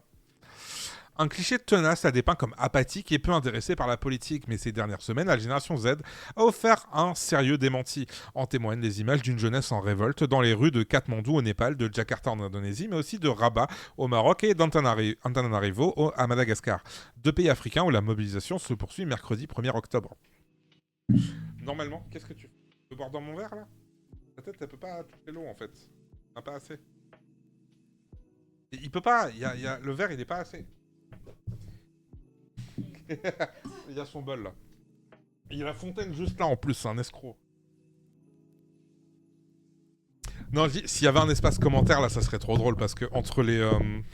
À chaque fois sur internet, que quelqu'un dit que X pays du Maghreb ou X îles, genre Mada, Maurice, sont africains, ça se barre en couille dans les commentaires parce que personne ne...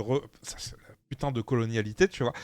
Aucun d'entre eux ne veut être africain, tu vois. Il y a des gens qui sont sensibles et qui disent, mais du coup, t'es sur quel continent, mon ref, tu vois. Mais il y a tellement de gens, et même ma propre daronne, elle refuse ça, tu vois. Tu dis, on est africain, mais elle est en mode, mais non, on est dans l'océan Indien. T'es rattaché à quand le continent? Ça compte pas, c'est l'océan Indien, tu vois. C'est, voilà.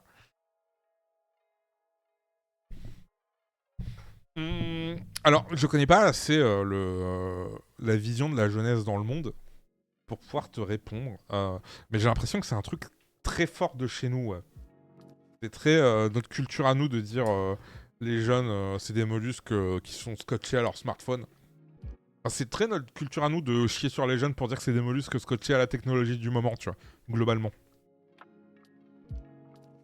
Mais bref, du coup, depuis une semaine, la grande île de l'océan Indien est secouée par un mouvement de contestation né sur les réseaux sociaux à l'appel de Gen Z Madagascar, un groupe informel composé pour l'essentiel de jeunes et d'étudiants qui se revendiquent pacifiques et citoyens. Si la jeunesse représente l'écrasante majorité des habitants de Madagascar, dont les 2/3 avaient moins de 30 ans en 2023, selon l'UNICEF, jamais la Gen Z n'avait pris une part aussi active dans un mouvement de contestation politique. Mais peut-être qu'il y a une autre leçon, je veux dire, pour le moment, c'est pas chez nous que ça arrive. Bah, là, c'est plus que... Tu remarques plus que c'est dans les pays du Sud où du coup la pression et la précarité sur les jeunes est beaucoup plus violente qu'ici. Donc c'est pas une histoire de nos jeunes à nous ils seraient plus mous, tu vois. C'est nos jeunes à nous pour l'instant ils s'en sortent mieux que les leurs. Et Coyote, si je dis pas de bêtises, le président, en tout cas, il avait des comptes à Maurice qui ont été gelés par le gouvernement mauricien, et j'avais lu en turbo diagonale qu'il avait voulu se planquer à Maurice. Mais je vais te dire ça du coup.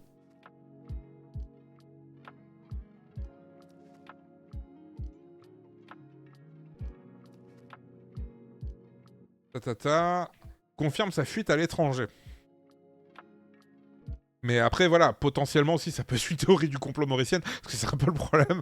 Quand je suis sur les médias, je sais jamais ce qui est de la vraie info, ce qui est une théorie du complot local, tu vois.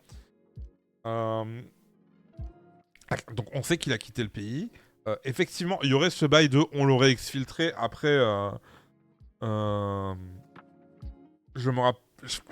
Je sais plus où j'ai vu l'info, donc je veux pas non plus dire que c'est un fait sûr et certain, tu vois. Alors attendez. On va voir ça. Le président déchu de Madagascar, Andry Rajoelina. Donc l'article... Ah non, il date du 5. Ah non, c'est trop vieux ça. C'est trop vieux. Ah non, mais attends, il y a...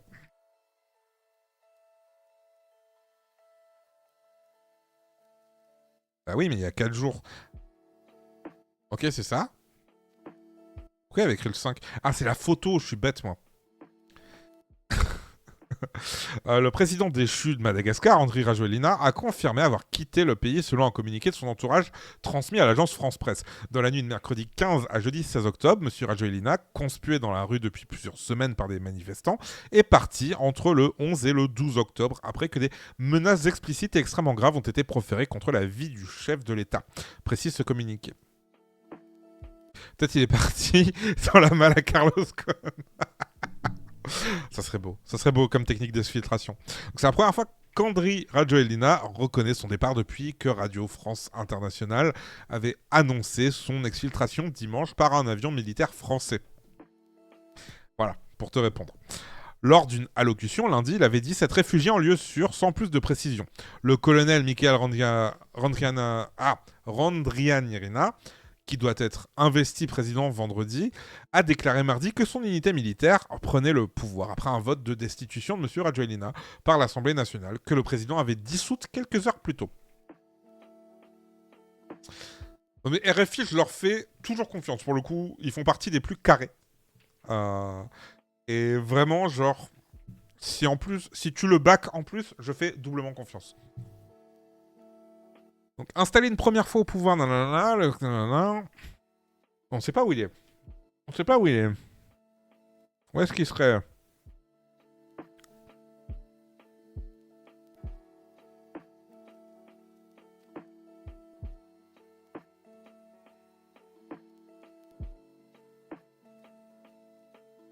Nanana. Il s'est réfugié à... Attends. Attends. Attends, pourquoi il y avait écrit Dubaï, là? Et vous m'agacez, là. J'ai pas accès à... Attendez. Du coup, parce qu'apparemment, il a des comptes partout, apparemment. Tac, lire sur Europress. Désolé, hein, je vous chope ça rapidement.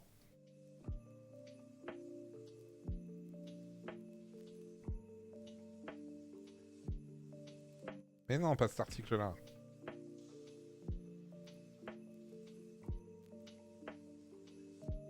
Ok, ta.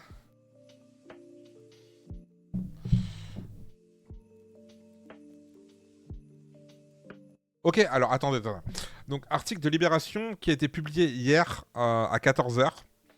Donc, Antananarivo, le président Rajoelina, déchu, laisse derrière lui ses chantiers décriés.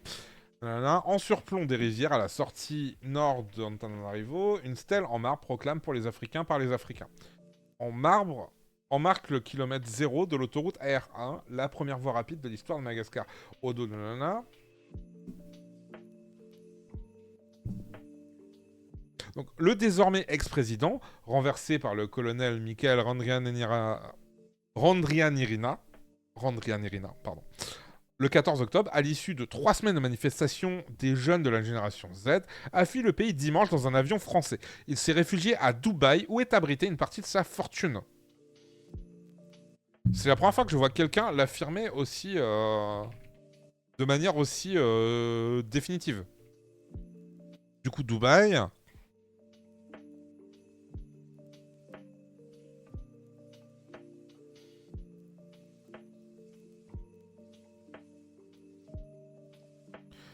Attends.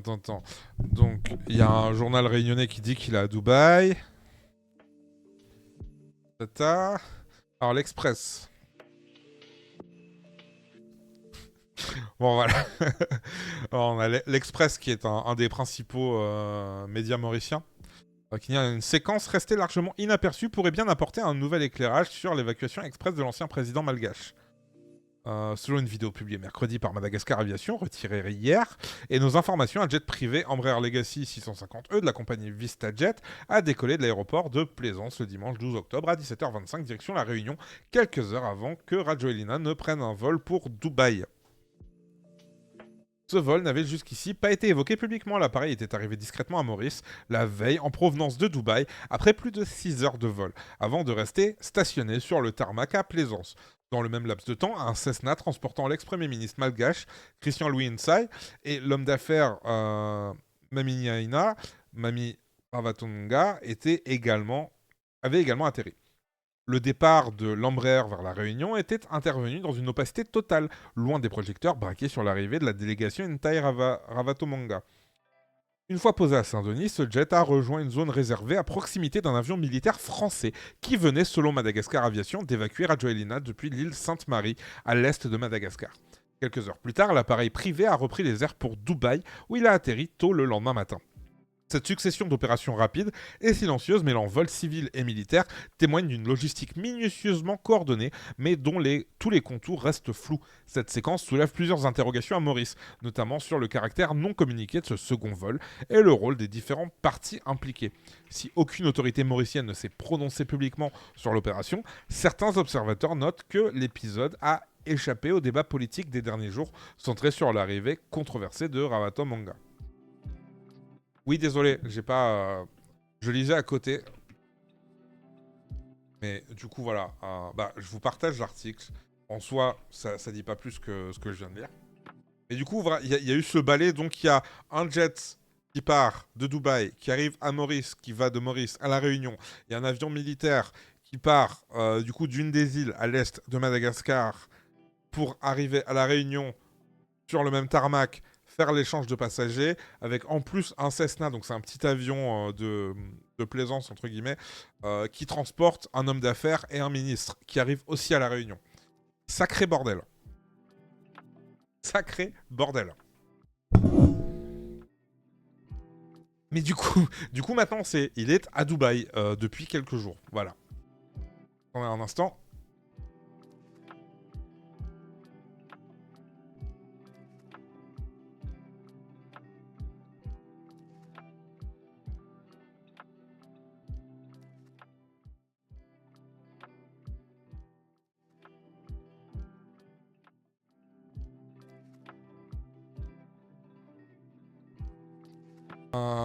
Voilà, je suis revenu. Donc nous disions, ce mouvement est avant tout inédit par sa forme profondément horizontale, spontanée et décentralisée. Donc on retourne sur l'article de France 24 de Grégoire Savage qui parle donc de la Gen Z autour du monde. Contrairement aux mobilisations du passé, portées ou récupérées par des partis politiques, des syndicats ou des figures charismatiques, celle-ci est née d'une indignation collective, organique, principalement dans des espaces numériques, et s'est structurée sans leader unique. Décrypte Ketakandriana Rafitoson, enseignante-chercheur en sciences politiques à l'Université catholique de Madagascar et membre de Transparency International. Effectivement, dit comme ça, là, ça par contre, ça fait beaucoup penser effectivement au printemps arabe. Cela lui donne une puissance symbolique nouvelle car elle ne répond pas à une logique de conquête du pouvoir, mais à un impératif existentiel, celui de réclamer un avenir viable, conclut l'experte. D'où le fait que on voit plus ça dans les pays du Sud actuellement, parce que, comme on le disait, alors, les jeunes galèrent ici. C'est un fait.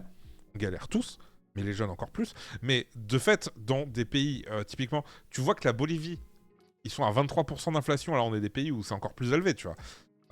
Avec, en plus des corruptions gouvernementales. Alors, on a notre petite corruption à nous qui est bien flag, hein, on est au courant, tu vois, tout le monde le sait, ça c'est pas un secret.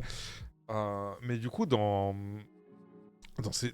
certains de ces pays, c'est encore plus vénère. Typiquement, le Népal, c'était violent, tu vois. Donc t'as vraiment toutes ces raisons qui font que la jeunesse est beaucoup plus en colère là-bas qu'ici, tu vois. Donc, avec sa maîtrise des codes d'Internet, la Gen Z a réussi à mobiliser une large part de la population dans plusieurs pays à coups de hashtags, de visuels boostés à l'IA, de vidéos au montage frénétique, mais aussi d'une bonne dose de sarcasme. C'est vrai que j'ai pas encore vu de poupe, je sais même plus comment ça s'appelle maintenant, c'est plus des YouTube poupes, tu vois, mais de montage complètement psyché sur les bails, tu vois. Non mais c'est ça, oui c'est ça que je dis, tu vois, vraiment, c'est... Ici c'est la galère, ça empire petit à petit, mais on n'est pas encore à ce point de craquage. Je pense qu'il y a vraiment un point de craquage en fait, c'est vraiment ça. Et ben, Simer, Stéphane, Simer, toi du coup, ça écrit ton nom là dans le truc. Ça l'a pas fait pour Mémoire Morte la dernière fois. Mais merci beaucoup du coup pour ton abonnement, ça fait énormément plaisir. Et ça nous aide à continuer à faire ce qu'on fait. Là, on est full solo, là. C'est à partir de maintenant, il n'y a plus d'aide de l'État ou quoi que ce soit. C'est full l'argent de la chaîne qui fait survivre. Voilà. Donc, si je disparais du jour au lendemain d'Internet, c'est que ça n'a plus marché. Donc, merci à vous pour vos soutiens dans ce genre de situation. Donc, on disait, oui, voilà, le sarcasme, les mèmes, les hashtags. Vraiment, tu sais que l'article il est écrit par quelqu'un qui est pas qui est pas dans les bails quand ils écrivent hashtag. Genre vraiment c'est mort, tu vois. C'est Simer pour le follow, Beltan.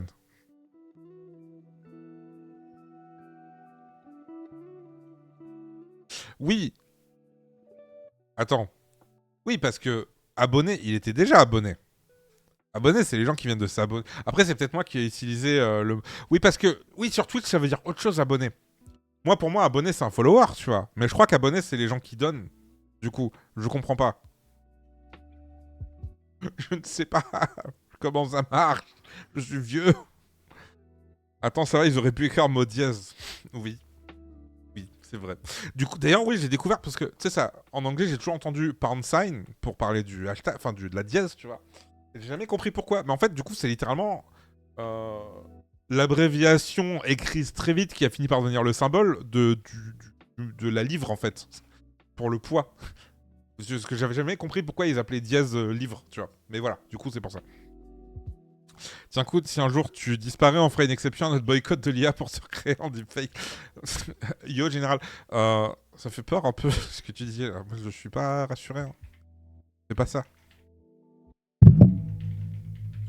Eh ben, Simer Beltan, écoute, on essaye de streamer quand on peut. Normalement, c'est tous les lundis, mais là, dernièrement, ça a été compliqué. En plus, la semaine dernière, j'avais une vidéo à sortir et je voulais vraiment m'en débarrasser. Et jeudi, c'était la sortie de Pokémon Legends Zelda et j'avais bloqué genre jeudi, vendredi, samedi, dimanche pour y jouer. Du coup, rien ne pouvait se passer. Abonné Twitch, sub, thune pour la chaîne. L'abonné YouTube, c'est follow sur Twitch. Mais il n'y a pas de bon français, du coup? Vous dites quoi? Genre... Et c'est fatigant, vos affaires, là. Pourquoi on peut pas avoir les mêmes mots pour tout? Mais bref, du coup, exemple... Donc ouais, la Gen Z, les hashtags, les mêmes rigolol. Exemple avec la proposition d'Henri Rajoelina, le chef de l'État malgache, de sélectionner les candidats à des postes ministériels sur LinkedIn, tournés en ridicule par les jeunes internautes de l'île. Quoi? Il faut pas donner d'idée à Macron, hein. Le prochain Premier ministre, si ça continue comme ça, il va être choisi directement sur LinkedIn, hein. Suiveur et abonné en français. Mais voilà, mais c'est pour ça... Mais attends, mais suiveur, mais c'est méga moche, suiveur, wesh. Très sympa d'ailleurs, Legends Zelda, ça fait longtemps que j'avais pas eu un tel effet tunnel sur un jeu. Mais la même, moi je kiffe de ouf. Là, du coup, sur 4 heures, je suis à 26h30 de jeu, je crois. Bah, la dernière fois que j'ai eu un aussi gros kiff, c'était sur Legends of Arceus, tout simplement. Vraiment, les Legends, ils font ça bien. Il y a des défauts, mais globalement, je trouve qu'ils font ça bien.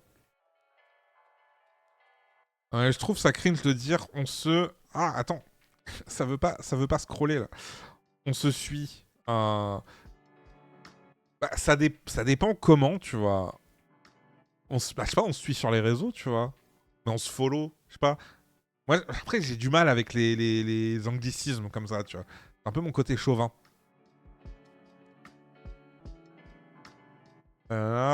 Pour que Twitch et la Gen Z et qu'on méprise les boomers de YouTube. Ah non, mais de toute façon, j'assume totalement le fait de ne absolument rien comprendre à Twitch. Ça fait plus d'1 an que je stream et je ne bite rien. Voilà. D'ailleurs, je le redis, mais dans 1h30, on est en live sur la... Enfin, on n'est pas en live, on est en live sur la chaîne de Twitch de Perso Caché. Attendez, je vais refaire le shout-out maintenant.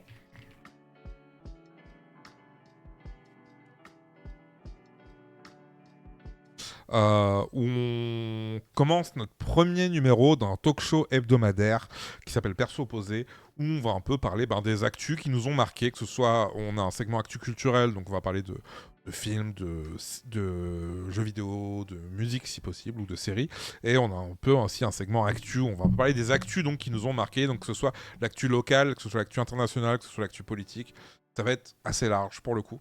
Mais voilà, ça va être le premier numéro, c'était avec le bureau de l'asso Perso Caché, parce que c'est une asso maintenant. Donc n'hésitez pas à passer tout à l'heure à 20h30 sur le compte Twitch de Perso Caché. Voilà. Du coup, qu'est-ce qu'il se dit? Attends, Dave qui me met au défi avec ses sujets internationaux de name drop des youtubeurs. Je vais sortir la carte des bunkers des étoiles. Attends, qu'est-ce qui se passe, Antoa? Yo, Antoa, ça fait longtemps que je t'ai pas vu ici, j'ai l'impression, ça va? Attends, qu'est-ce que vous faites là? Je crois en Birmanie, ils ont voté leur nouvelle PM sur Discord. Oui, c'est au Népal. C'est au Népal. Donc, il est temps de mettre son LinkedIn à jour pour devenir ministre. Ça, en vrai... Enfin, c'est horrible parce que c'est tellement un mème qu'on pourrait faire sur la Macronie, en vrai. Genre, vraiment, quoi. Cette colère sociale, portée par une jeunesse connectée et révoltée contre les inégalités, s'inscrit dans un mouvement transfrontalier qui a déjà touché plusieurs pays d'Asie ces derniers mois, comme au Népal début septembre, où le gouvernement a été balayé en quelques jours, aux Philippines ou encore en Indonésie. Avant cela, le Bangladesh, le Sri Lanka, mais aussi le Kenya avaient connu des mouvements similaires. C'est quoi, c'est Myanmar? On est d'accord? Je suis du père. Mais après, on est plus censé dire Bombay, on est plus censé dire Pékin, on est plus censé dire Turquie, on est plus censé... Il y a beaucoup de trucs qu'on est plus censé dire et que vraiment, les Français, ils ont juste dit, bon, j'ai mes habitudes, voilà, mon baïr. Mais ouais. Non mais je suis d'accord, sinon, Myanmar, Birmanie, ça ne fait plus sens aujourd'hui de continuer à dire ça, tu vois. Nous, on n'a qu'à choisir notre PM avec l'épreuve des poteaux de Koh-Lanta. Ça serait beaucoup plus drôle, au moins. Au moins. Ça aurait le mérite d'être drôle. Parce que là, pour l'instant, c'est surtout juste déprimant. Voilà. Donc, au Maroc, des milliers de jeunes actifs sur la messagerie Discord manifestent depuis samedi à l'appel d'un mouvement qui se revendique lui aussi de la Gen Z. Également inédit par son organisation et ses modes d'action. Pour le coup, le Maroc, j'ai vu beaucoup de mèmes sur TikTok. J'ai vu beaucoup de mèmes que je ne comprenais pas. Parce que du coup, c'était en arabe à chaque fois. Et du coup, c'était fascinant à regarder. Oui, malgache aussi pour malgache, du coup. Même si ça se prononce... Oui, voilà, c'est ça. Même si ça se prononce quasi pareil. Je sais pas comment on est arrivé à malgache, d'ailleurs. Genre malgache, c'est facile à dire, tu vois. Enfin, malgache. Après, il y a des cas spéciaux aussi. Techniquement, Saigon, c'est Ho Chi Minh Ville. Mais sur place, les Vietnamiens m'ont dit qu'ils disent toujours Saigon. Ouais. Il y a plein de cas comme ça, tu vois. Mais vraiment, j'ai l'impression que à chaque fois qu'un pays a dit SVP, appelez-nous comme ça, on a juste dit non. Voilà. Il y a juste eu un effort au début de la guerre en Ukraine où tous les journalistes et tout, ils essayaient de dire Kiev. Mais j'ai l'impression que ça n'a pas duré non plus, pour le coup. Au lieu de Kiev. Voilà. Également inédit par son organisation et ses modes d'action, ces demandes s'inscrivent toutefois dans la continuité des précédents soulèvements sociaux dans le royaume, estime Mehdi Alioua, sociologue à Sciences Po, Rabat et UIR. On retrouve finalement les mêmes slogans avec une demande d'une vie plus digne, d'une meilleure répartition des richesses et surtout de systèmes scolaires et médicaux qui fonctionnent. Ces jeunes voudraient jouer le jeu de la méritocratie, mais constatent que les dés sont pipés, affirme le chercheur. C'est globalement ce que la jeunesse réclame partout dans le monde. Et vraiment, les dirigeants, ils font genre... ils savent pas ce qu'ils veulent. C'est des gamins. Je pense que ça vient du prononcé de la langue française au 19e siècle où on roulait encore les R ou S de... Ah, j'avoue. Non, ça fait sens ce que tu dis. Et puis ça dépend aussi du français que parlaient... Enfin, de la langue que parlaient les Français qui sont arrivés là-bas en premier, tu vois. C'est... Ça aussi, ça peut jouer.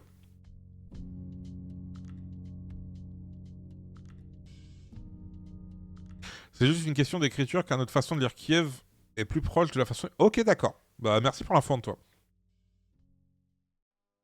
À Madagascar, les manifestants revendiquent directement l'influence de ces mouvements asiatiques nés à plusieurs milliers de kilomètres, mais rendus proches par une culture numérique transnationale et des préoccupations communes, à commencer par la lutte contre les inégalités et la corruption.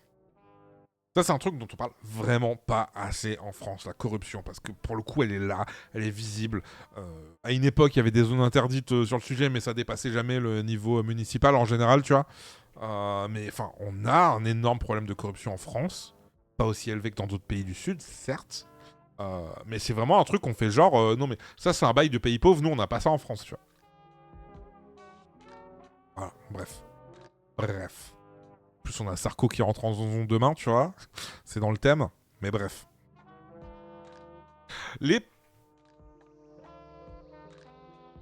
Non mais oui, tous ces mecs-là existent, tu vois. Tous ces mecs-là. Le simple fait que je pense juste, je dis corruption, bim, lâchez des exemples et vous allez tous être capables de lancer des exemples différents. Et vas-y, hop, 10 secondes, exemple de corruption française. Je vous laisse sur les dernières années, tu vois.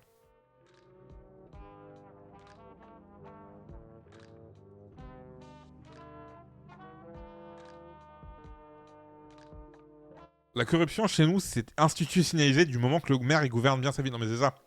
Balkany. Les gens de Levallois là, ah non mais maire incroyable, tout le monde le défend. Non en fait c'est ça NRPOSX qui est impressionnant, c'est qu'on a juste à citer des noms de figures de proue de LR.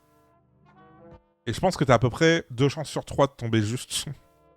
Après c'est global. Voilà, c'est pas bien de dire ça, mais globalement à droite. Hein. C'est voilà. Mais voilà, tout le monde a proposé des trucs différents, tu vois. À quel point c'est facile. Et oui, c'est pour ça que je précise la droite, parce que LREM, tu vois, aussi. Typiquement, ouais, voilà, Chiappa. Chiappa notamment avec le fonds Marianne, là. Voilà. Hein. Donc disons, les protestations au Népal ont été un moment clé pour la création du mouvement Gen Z Madagascar, relayé largement sur les réseaux sociaux. Ces protestations en Asie ont joué un rôle majeur dans l'éveil collectif dans le pays, explique un membre du mouvement qui préfère garder l'anonymat pour des raisons de sécurité. Ce qui s'est passé au Népal a redonné espoir à la population malgache que c'était possible de renverser le système, que les jeunes peuvent prendre leur destin en main et que la situation du pays n'était pas une fatalité. À partir de là, des petites voix ont commencé à se faire entendre et ces dernières se sont assemblées sous le mouvement Gen Z Madagascar, raconte la jeune femme de 26 ans. Simer Miagami pour l'abonnement, pour le follow. L'ancien ministre des Transports qui est parti vendre des avions hydrogène. Non, mais en plus, et il y a ça, on considère pas ça comme de la corruption en France. Tous ces anciens ministres qui se retrouvent au board de grosses boîtes ou qui se retrouvent lobbyistes derrière. Bizarrement, tu vois. Ça, c'est normal. Ça fait partie de la carrière d'un ministre, maintenant. Oui, c'est vrai qu'il y avait eu le scandale Uber qui a fortement été étouffé au bout d'un moment. C'est du pantouflage. Voilà, non mais c'est ça. Hein. Le pantouflage. C'est mignon en plus dit comme ça.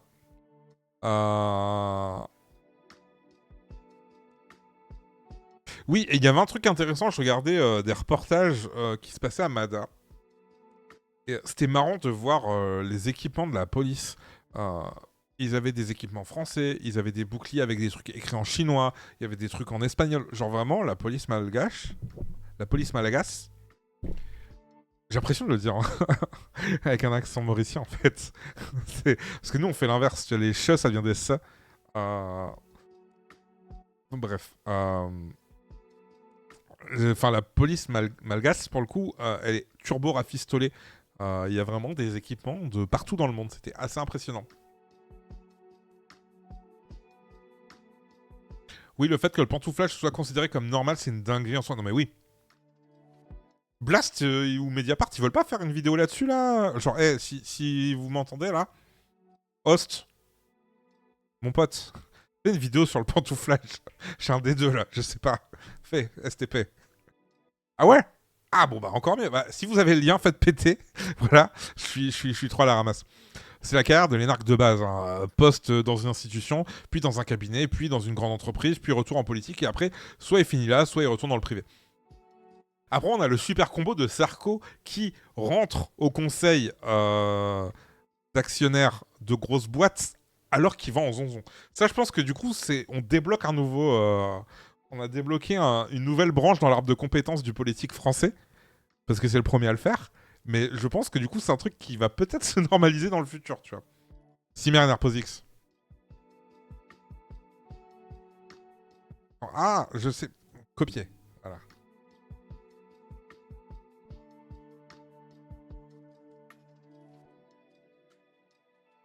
Eh ben, merci bien. Hop.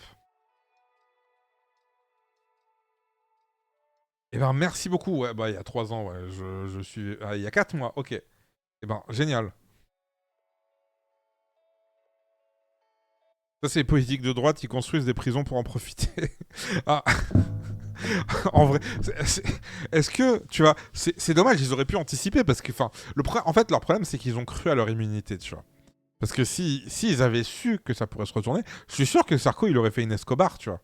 Il aurait fait construire une petite prison 5 étoiles quelque part, tu vois, en faisant de la com sur c'est la pire prison de France pour les pires délinquants. Comme ça, il aurait en plus pu chouiner quand on aurait annoncé qu'il était envoyé là-bas. Et puis en fait, juste il aurait eu une piscine et majordome, tu vois. Tout ça pour écrire un livre où ils déforment la réalité et ils se prennent pour Jules César.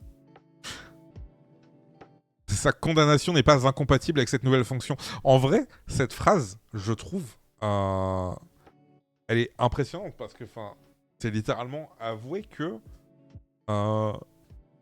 tu peux totalement être délinquant, être condamné et tenir ces fonctions-là. Et que ça peut faire partie du job, tu vois.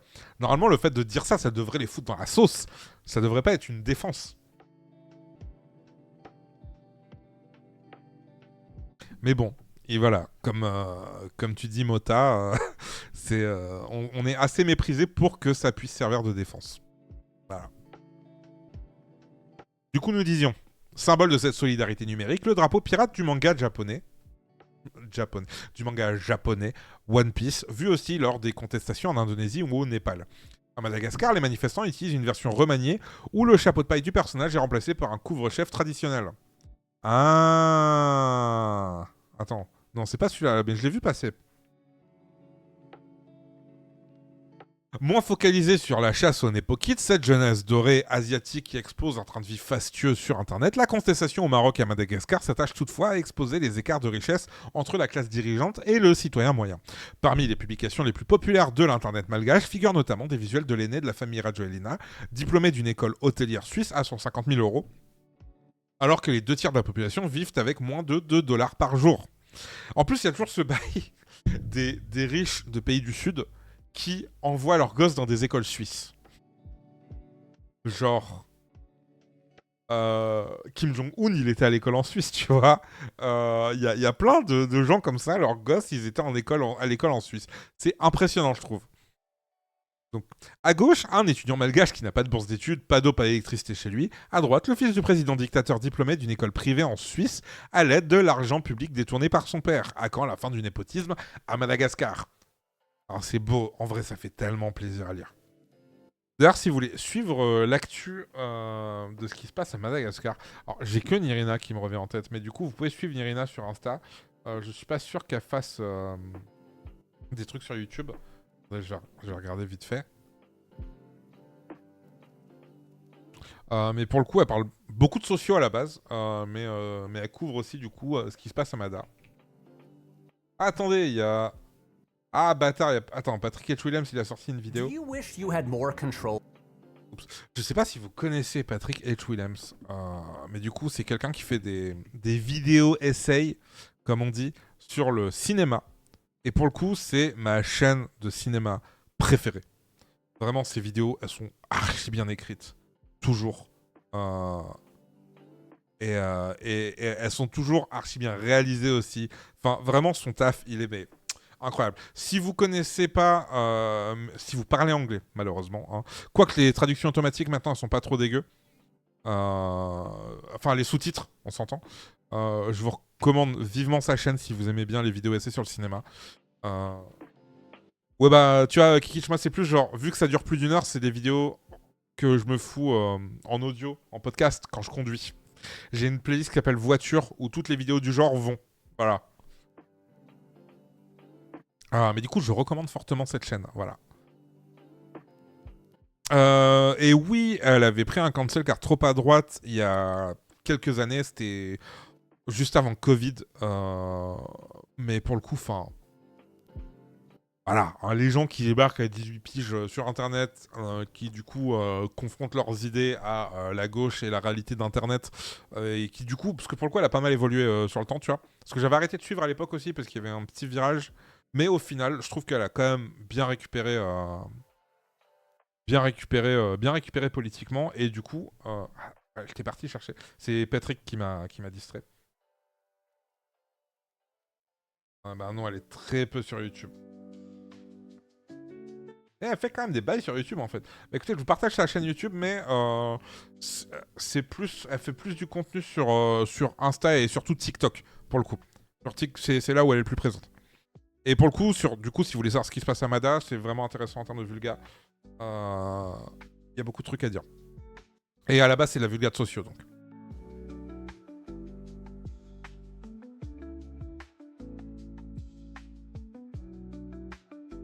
Attends, ils doivent pas joindre leur casier judiciaire. J'ai loupé des trucs, là.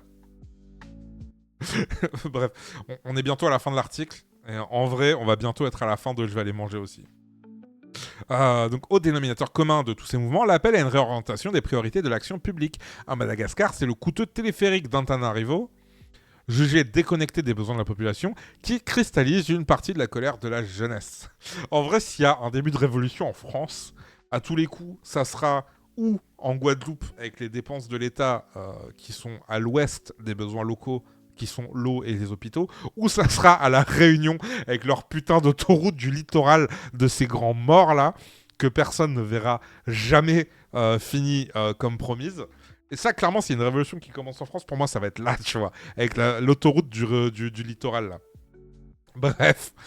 Au Maroc, les manifestants pointent du doigt les sommes pharaoniques investies dans la rénovation de plusieurs stades pour la prochaine Coupe d'Afrique des Nations et le mondial 2030 au détriment des services publics. Moi, ça m'a impressionné que les JO, ça n'avait pas fait plus d'émules que ça en France, en vrai. Comme quoi, on a encore de la marge en termes de points de craquage. Il y a une interconnexion de la Gen Z, en particulier celle des pays du Sud, globale, dont les aînés ont mené la révolution décoloniale. Mais aujourd'hui, il y a une fracture générationnelle car ces jeunes estiment que les promesses d'une nation indépendante, avec des institutions qui fonctionnent, n'ont pas été tenues à 100%, explique Mehdi Alioua. Le problème des révoltes dans les dom-toms, c'est qu'en métropole, on n'est jamais au courant. Non mais c'est ça, et puis c'est toujours présenté comme... comme des émeutes, comme en banlieue en fait. Hein. C'est des émeutes menées par des gens violents qui n'ont pas de revendications à part tout casser. Globalement, c'est à peu près le cadrage qu'on se tape à chaque fois, tu vois. Et ouais, non, enfin, vraiment, tu vois, je m'attendais au moins à des gros mouvements de contestation, tu vois. Et non, juste on a gueulé, on a ronchonné sur Internet. Après, il y a eu la cérémonie d'ouverture, on était tous contents. Et après, on a arrêté de caler le bordel, tu vois. C'est... voilà.